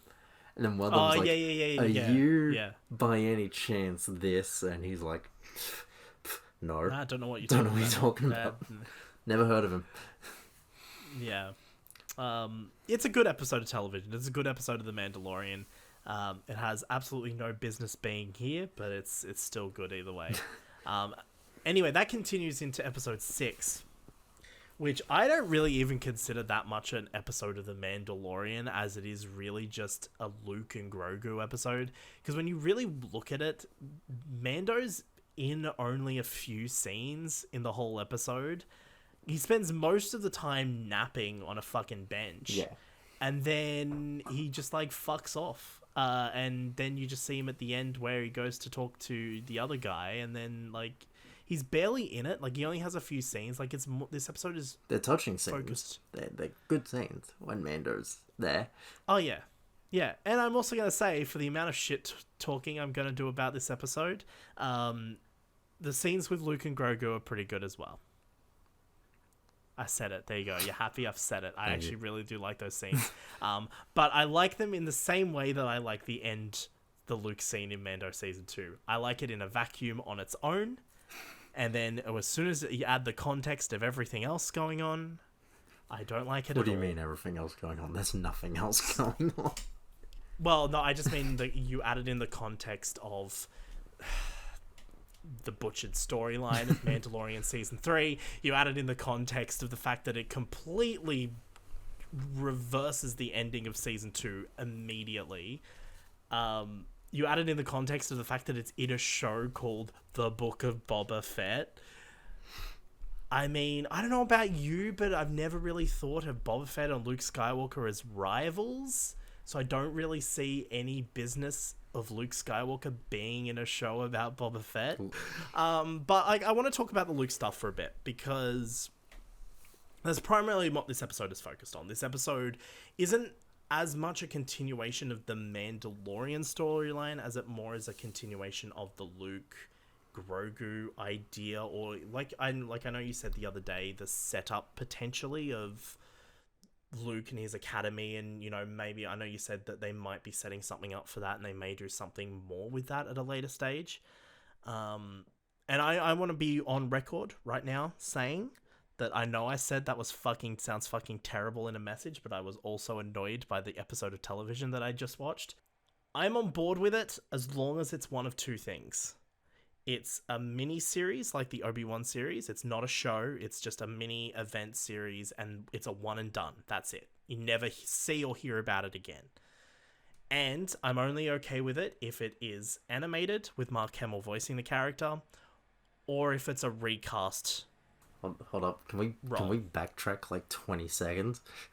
Yes. Because my internet randomly dropped on my computer. So okay. Yep. Well, I'm not editing this out, so fair enough. You'll have to go back and listen to it. No, okay. So what I was saying is, you know how I messaged you? You mentioned the idea that, they could be literally setting the up last thing I something heard with you Luke. say was that I know I Okay. said it was fucking stupid. Yeah, I mean it is fucking stupid, but let's say they are setting up something because they're not doing the New Republic show now, so maybe they might be like, well, we've got Luke, why don't we do something with that? I am okay with the storyline in the very specific criteria. It has to be a mini series that's an event mini series that's like 4 or 5 episodes. It's just a short series and it's a one and done. Like the series releases and that's it. You never see it, you never hear about it. It's done after that. I'm only okay with it being that. I'm only okay with it if it is an animated show with Mark Hamill voicing the role, because Mark Hamill did not voice Luke Skywalker in this. It's robot, isn't it? Is it? It was an AI. Yeah. It was an AI that voiced. It was that technology that Troy Baker decided to promote NFTs for. It's the same technology. So it has to be Mark Hamill voicing the role, because I'm just gonna say this: Luke Skywalker had about as much personality as a fucking brick wall. I'm gonna sound really bad here because, alright, growing up... Oh, actually, can I just say one more Yep. thing quickly? Yeah. Because it was the other bit you missed. Oh, okay, yep. The only other situation I would be okay with this storyline playing out as a show, or even as anything really, is if they recast Luke. That's it. Yeah, They're the fair enough. only 3 situations. If it's gonna be this fucking CGI body double with AI voice, I don't want it. I'm not interested in that storyline. I don't care. Because it's just like, this is what I was trying to explain to someone else. Like, it's just soulless. Like that, there's no performance there. It's a soulless Luke Skywalker. And yeah, sure, the face looks really good, and actually, like, the technology behind it's really cool. But what you miss out on is a performance. You miss out on all the little subtle things that Mark Hamill could bring to the role, whether he's doing it as a voiceover or whether he's, they're doing the deep fake CGI. Like, this, you're missing out on so much. And that's why I'm like, when you mentioned that maybe they're setting that up, and when I said that sounds fucking terrible, I meant if it's going to be what is in this episode. If it's that, it's gonna be shit. Fair argument. Alright. Anyway, that's what you missed. That's what you missed. I'm like, there's only very specific situations where I would be fine with that. Okay. Alright, fair argument. Anyway, what were you about to say? I was literally about to say is, okay, I did not notice the robotic voice, at all. Somebody mentioned it and I was like, wait, what? I thought it might have been, what's his name? The guy that voices him in Battlefront 2. Like, I thought it might have been yeah, that. I thought it was just a good, like a decent impressionist, or Mark Hamill Actually, himself. I'm pretty sure he's the guy that plays McCree in Overwatch. I'm pretty sure. Matthew Mercer? Yeah, I'm pretty sure he voices Luke in I Battlefront. hope he 2. does. I fucking love Matthew Mercer. Yeah. I thought it was him. I was like, oh, this just sounds like Battlefront 2, Luke. Damn. But no, it was literally, they just fed lines of Luke Skywalker from the original trilogy into an AI. From a technological just... standpoint, that is fucking insane, and I love it. From an artistic standpoint, I don't like it. I agree with you on that. It's not great for actors. It's not good, and that's why Troy Baker, when he announced his little NFT thing recently, I know this is kind of like a side tangent, but when he announced his little NFT thing, the technology he was investing his NFTs into was this kind of technology. So he wants to be out of a job. Exactly, like, he faced a lot of backlash, Yeah, not just he for the backed general up concept after of that. NFTs. It was for the fact that he's literally promoting something that is one day going to put him out of work and all other voice actors out of work. So, like, it's great, and it's actually, because I like the idea in my head. It's like, well, that sounds great, but it's definitely bad. But like, actually seeing something like that in action, I mean, it's cool, but why didn't they I'm- just get Mark Hamill? Yeah, that is the question. Maybe he wasn't available, which case, fair argument, as long as they use him in the What the future. fuck's he doing? Like, Well, that was probably voicing the Joker for the 50th time after retiring. yeah, I mean, like, because they got him for Mandalorian Season 2. Yeah. Like, they didn't just get him to voice the role, they actually physically got him on set as well for, like, I think they didn't use a lot of him on set. I think they used him for, like, the close-up shots of when he's, like, holding Baby Yoda. Like, not the close-up shot of, like, the physical look of him, but, like, him. When it's, like, less his face and it's more the clothes. And they probably got him for reference for the performance side of things. Because of course because they would have had the body double, but to me that face, it didn't look like a deep fake straight up. It looked like an animated face in that show, and so I think they might have gotten him there as a reference point for the performance, and then they just animated young face. But then of course he did the voiceover, and he did a good job of that, by the way. Like, he actually sounds younger. Oh yeah. Like, in that show, like, he sounds younger. I don't know how he, like, good stuff. But, like, why didn't they just do that again? Especially if they're going to do more than a minute of it. If you're going to do a whole episode on it, you really need a performance there. And I just feel like Luke Skywalker lacked any kind of soul in this story. My hot take of the original trilogy is, besides the fact that I think Luke Skywalker lacked any kind of soul. actually, when he's a Jedi Master, that is my least favorite Luke of any of the Lukes. Do you know what really bothered me about this? That's one very specific thing. It's the fact that he's so insistent on Grogu not having attachments because that's the Jedi way. To me, that doesn't sound like Luke Skywalker at all. Because I would always imagine Luke's, like, I don't know a hell of a lot about the expanded universe in regards to what Luke does with the Academy and that so kind of far thing. Luke doesn't have expanded universe stuff outside of, like, no, some I mean comics. like Legends. Sorry, Oh, I mean Legends. Sorry, he's a powerhouse apparently.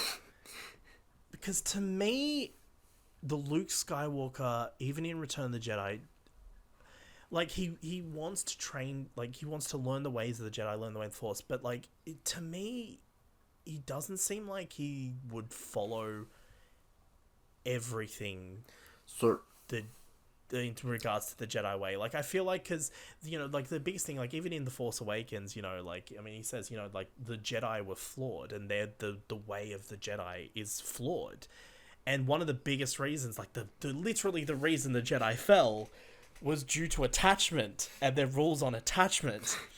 So, like, it just doesn't seem to me, like, because Luke is so close with Leia and Han and all of that, it just doesn't make sense to me why that character would be saying to Grogu, you need to forget about the Mandalorian because you can't have attachments being a Jedi. Like, that just doesn't make sense to me. Like, I've always pictured Luke as taking the old Jedi ways and essentially making them his own. So when he creates this new generation of Jedi, they're not going to repeat the same mistakes as the previous generation. I've always sort of thought of him as someone who would do that and not just strictly go, we're following the Jedi code. You know? So yeah, that's the way you're describing it is exactly how EU Legends Luke is.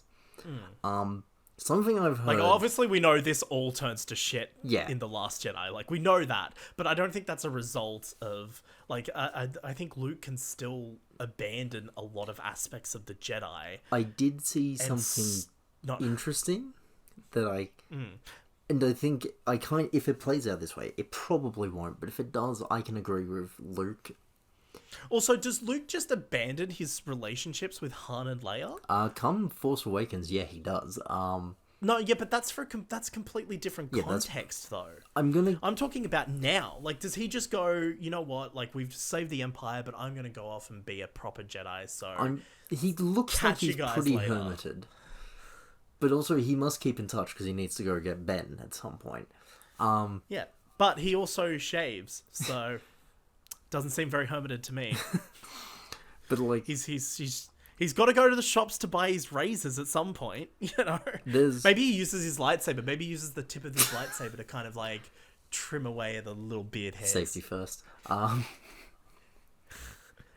The biggest ongoing thing I've seen is his relation to Ahsoka. And Ahsoka is like, yeah, Ahsoka... Which I have a lot of issues with Ahsoka being in this episode, but, finish what you're saying and then I'll get into it. It could be that his now character, is in direct relation to what he now knows about his old dad. Given that, with Ahsoka there, surely she would have told him, at least maybe not the whole context, and it feels like there's context. more, because at the end he goes, "Will I ever see you again?" And of course you're probably gonna fucking see, because Luke's probably gonna show up in the Ahsoka show, but which makes a lot more sense then. Yeah, but even then, I'm like, whatever, I'd rather the Ahsoka show focus on the Thrawn storyline than having Luke appear, but, it's neither here nor there. My issue with Ahsoka being in this episode, and Ahsoka is my favourite character, and I love seeing Ahsoka, but Ahsoka serves absolutely no point at all being in this episode or in this story, other than to have a little scene where Luke and Ahsoka talk to each other, and then you can say Luke and Ahsoka know each other and have talked to each other and once shared some screen time with each other. Yeah. And to me, that is my problem with this whole fucking episode. But specifically that annoyed me a lot, because I loved seeing Ahsoka, but she serves no purpose to anything being in this episode. It is, and that made me sad. I'm hoping that this is used to pivot more like character from both of them, or for a reasoning. Because I think that both of them are very trauma-filled people. One without knowing it, and Ahsoka probably 100% knows it. God, that must be so fucking weird for Ahsoka. Yeah, Ahsoka has had her... Just being like, holy shit, like, I was trained under your dad, and now I am literally standing next to you, like, 40 years later. Here we are. That must be so fucking weird. Yeah. Like, what the fuck? The thing... Yeah, I don't know. But my issue with this episode, and what you just said is my issue with Luke just being in anything right now. Is my issue with Luke being in this episode is, like you said, if they are setting up something, cool. But right now, I don't have there's no evidence to suggest that. It's just more in service to Grogu's storyline, however, the Mandalorian storyline, than it is to anything else. Like, one, this episode has no business being in this show, so there's that. To the end, and I was trying to explain this to someone else the other day, because they were telling me about how, it's great to see a continuation of Grogu's storyline, and all this, like, I want to see a show where Luke is training Grogu, and I'm literally just like, what the fuck are you talking about? And I had to explain to him, because for some reason people have it in their head that the end of season 2 is a cliffhanger.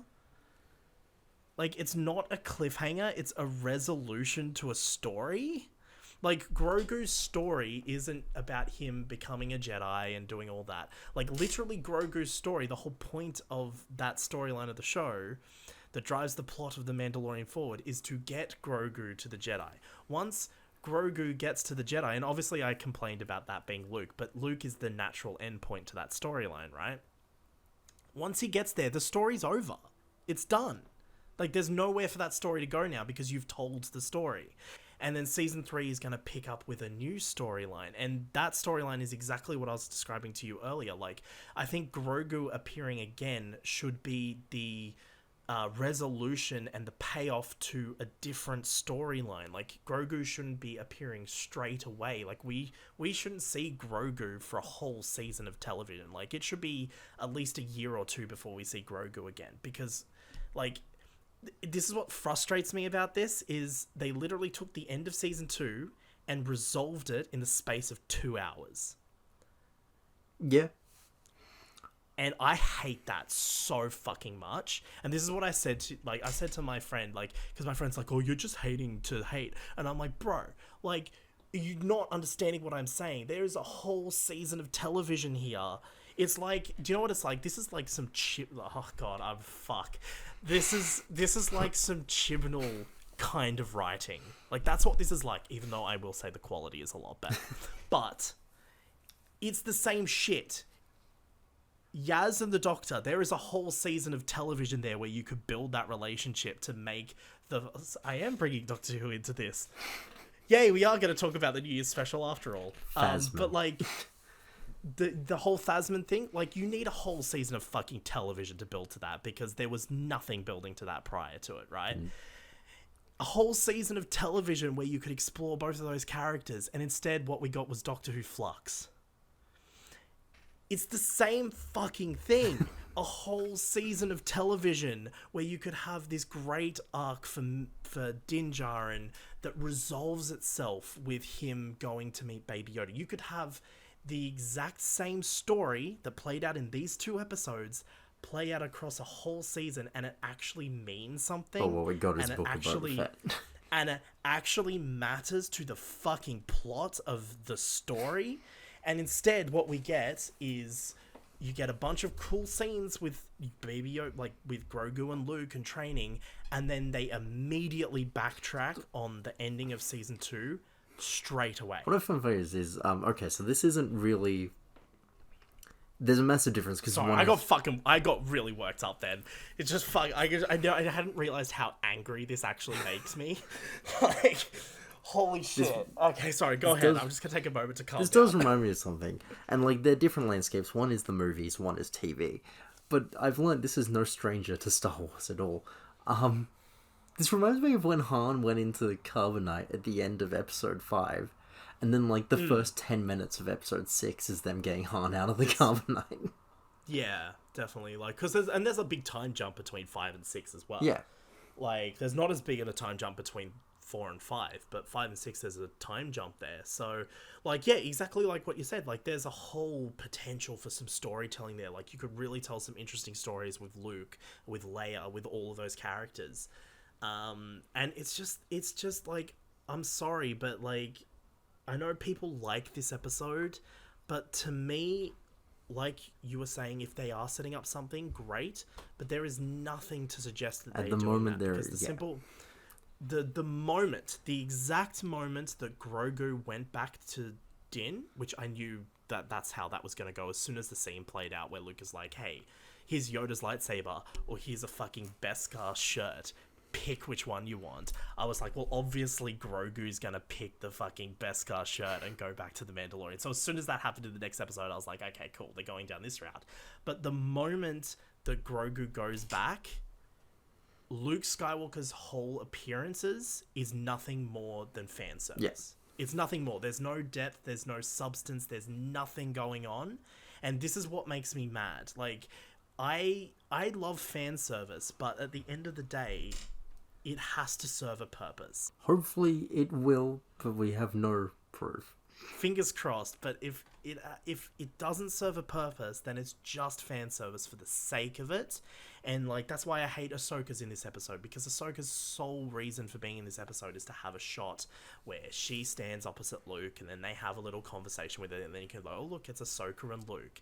The whole reason Luke appears... And also, what makes me even more fucking angry about this is the fact that it completely cheapens the end of season 2. Yeah, that's fair enough. I understand why you're angry. I'm not going to fight you on this. A fucking resolution. It's not a resolution anymore.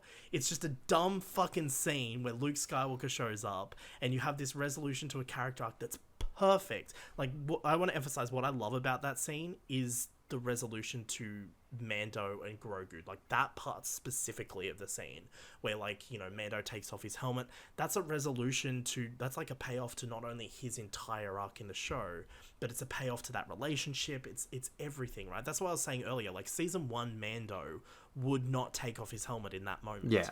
He just wouldn't. It cheapens that so much. That's why it's such an emotional... It's an emotional, impactful moment, because it's 2 seasons of fantastic storytelling building to a simple payoff that's just so nice and bittersweet, and you can take the character off in new direction from there. And instead of doing any of that, instead of doing anything, they just go, you know what, let's just forget about how impactful that is, and let's just immediately, within 2 hours, send Grogu straight back to think. Because think of it this way, you know how I said earlier how a lot of casual Star Wars viewers watch The Mandalorian? Yeah. A lot of those viewers probably wouldn't watch Boba Fett, right? Yeah. So, all of a sudden, if they don't watch Boba Fett, if they don't, let's say by some miracle, they don't hear about the fact that half of it is Season 3 of The Mandalorian. Season 3 of The Mandalorian is going to start, and Grogu is just going to be there like he never left. And that's my problem with this, is it takes that entire story arc, and it just throws Grogu straight back to where he should be, like, straight back to where he was, like he never left. It's like he never left. Like, we need a season of him not being there so we can see how that impacts the characters and everything. Like, so much. Like, you could tie that in with Din Djarin learning to move on, and you could have his darkest moment where he goes back to his, you know, prior ways and then gets banished from his little cult and then has to find himself, and then that leads him back to Bo-Katan, and then he learns more about being a Mandalorian, and then he helps maybe reclaim Mandalore. Like, you could do that whole story arc, because that's where I think that Mandalorian as a show is going anyway. Yep. You could do that whole story arc and have it tie into a personal arc to him that then leads him back to Grogu. You could have the same thing play out, and it could be so much better, and they just don't do that. I don't know if Dave Filoni wrote this episode. I know he directed it, but man, if Dave Filoni wrote this episode, I am so disappointed. Like, like, my boy, what are you doing, man? I don't know if he wrote this episode, but if he did, I'm really upset. Like, I really like, and like, look, even if he did write this episode, like, Dave Filoni understands Star Wars, and he understands what to write in specific scenes. Like, this is what I was saying, like, all the Luke and Grogu scenes are fantastic scenes. Okay, so on their he own. had a hand in it. Did he write it? He did, but Jon Favreau wrote literally every episode of this series. Oh, that probably explains why he wasn't that heavily involved in season 2 then. He was probably writing this. Yeah, so, okay, I'm glad then. I'm glad that it was just, okay, I know he had a hand in it, but I'm glad that it wasn't him writing it, because I was like, oh my god, is this the first dud from Dave Filoni? It's 50-50 him and Jon Favreau. Well, 50-50 in, like, the purely on-server sense. Yeah, like, I'm sorry, but, like, I know people love this episode, but it is nothing more than fan service to me. And I can't see it any other way. I really would like, and my friend was like, oh, you're just trying to hate because you're just trying to find things to hate because you want to hate it. I'm like, no, I don't want to hate it. I have explained in the past that I really have no interest in Luke Skywalker appearing in anything. Like, I would rather them still, like, I want them to distance themselves and tell new stories with new characters. That's why the High Republic is so good. That's why I like the like, it doesn't matter, it can be set during the time period, but like, that's why Mandalorian season 1 was so good. And then, you know, I have had people argue me, well, like, if you think about that with Luke, why don't you think about that with Ahsoka and Bo-Katan and all the thing? And I'm like, because Ahsoka 1 plays a very pivotal role in that journey through season 2. Like, even though she's only in that one episode, like, it is a kind of turning point for that show, and it makes sense that she's in it. And Bo-Katan, of course, makes sense. She's a fucking Mandalorian. That makes sense. But, like, Luke Skywalker has no business being in any of these shows so far. So, I hope you're right. I would like to see something maybe with Luke. I think that could be cool. Oh, and another thing people have brought up is, well, if this is how you feel about this, then why aren't you against the Obi-Wan show or the Ahsoka show? And I'm like, well, I'm not hypocritical. Like, I know what those shows are and what their place is, where The Mandalorian is not that. So, I don't know. I know it's a me thing. Like, I know it's clearly a me thing. It's not what I want. And so it's making me mad. I kind of understand how all the original trilogy purists feel about the sequels now, I guess. But, like, it's like, what makes me angry is just the whole potential for storytelling that you could have. And, like, I'm just spitballing ideas here. Like, I'm just going, yeah, you could do this, you could do that. Like, imagine if you had a writer's room sit down and actually plan something. And it's just wasted in 2 hours. Yeah. I don't know. I just don't know how I feel about that, personally. Like, it's great to see Luke and all, but it adds nothing to the story. Anyway, what do you think about it?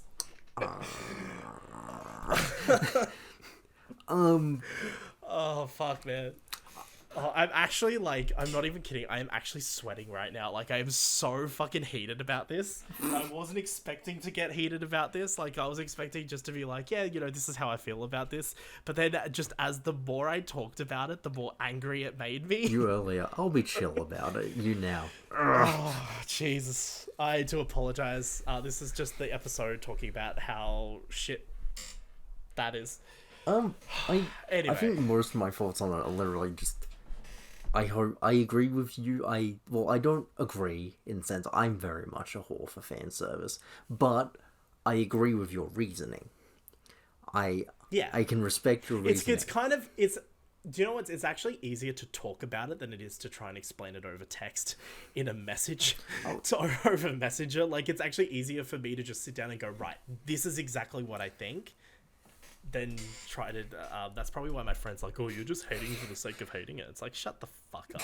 You're just a blind Star Wars lover that loves literally anything that ever comes out, so shut the fuck up. Like, I'm in the same boat as him, but like, I don't think I'm blind. Yeah, but you could at least see, there's a difference between liking something and just blind loving it. Like, if you like something, you find enjoyment out of that thing, but you can also recognize its flaws. Yeah. Like, for example, the best example I could possibly think of, the Resident Evil movies. They are not good movies. They are not good movies. Like, let's just get that straight out, especially the new one. The new one is trash. No, let's not go there. But I forgot to ask you about that. That was going to be one of the things of this episode. I was going to ask you what your thoughts were about. I somehow have a lot of thoughts. We can come back to that next episode. Yeah, we can come back and we'll come back, but the older Resident Evil movies, like, apart from 6, which I absolutely fucking hate with a passion, I love the first 5 movies. Well, I wouldn't say I love 4. I love the first 3, and then I love 5. I don't know. 5 is just so stupid and dumb that I just love it for some reason. But, like, they are not good movies in any sense of the word. But and I can recognize that, right? But yeah, like, this friend of mine, for example, just fucking blindly loves everything that's Star Wars and doesn't even question it. And I'm like, so you seriously like, Rey being Emperor Palpatine's fucking granddaughter? Like, you think that's good? And they're like, yeah, it's good. And I'm like, are you sure about that? Like, really think about it. Are you sure that that's a good idea? Look, I think literally anything in Star Wars could be a good idea if they executed it properly, but they never do. What's your name? My name's Rey. Rey Skywalker. Shut the fuck up, Rey. Shut the fuck up. Look, I'll tell you what. I love the Rey Skywalker skin in Battlefront 2 because I love her yellow lightsaber. Good. It's cool. I think the idea of Rey Skywalker is a fucking terrible idea. But we're not here to talk about the sequels. Finale. It is 50 minutes of good. Pure action. It's not a good finale in the sense of closure, but it's fun. I enjoy it. It's got a lot of pew pew action in it, and it's fun pew pew action. And whilst I understand your anger at the complete negation of the Grogu arc, I do love the chariot because that happens in this episode, doesn't it? Like, that's what I was talking about. Like, this is what I was saying. Like, the moment, like, it would be fine if it was just that one Luke episode, and then maybe, we'd find out more in the Mandalorian season 3. But it's the fact that it happens about 10 minutes into this episode. A fucking X-wing lands, and then, oh, look, it's Grogu, and then all of a sudden this whole finale, instead of being a Boba Fett Mandalorian team up, it all of a sudden just becomes another Mandalorian episode, and it feels like this finale feels like it's a Boba Fett team up in the Mandalorian rather than a Mandalorian team up in Boba Fett. I think it's something that we have to just accept, that Boba Fett was never meant to be Boba Fett. It was just always meant to be Mando 2.5. Like, that's why it got a hook at the end of Mando season 2. Well, here's the thing, like, I was watching a review, and the review was they literally said like, if you have to rely on Mandalorian and Luke Skywalker to carry your show because you can't do it yourself, then something has seriously gone wrong in the writer's room. And that pretty much sums up this entire show. Yeah. Because in that also review, they said they have so much Legends material to draw from. And we know for a fact, you know, Disney haven't completely necessarily negated Legends. Like, they have been drawing from various aspects of Legends over the years. So much more things you could have done with Boba Fett. And this is what they do. We've got to hope on a very, very high hope that there will be a sequel to this with better handling. If we want weird, because now I want weird justice for Boba, in a sense. I'm happy with Book of Boba Fett in a way. Yeah. But even I can... Well, it goes back to... It kind of resolved... Like, this is kind of like a good conclusion to this discussion. It kind of resolves back to what I said at the start. Like, this show isn't good. Like, I can't in any way, shape, or form say this show is a good show. But I do like it. I had a good time watching it. I will say that. And I think what you just said pretty much... I think sums it up, you know?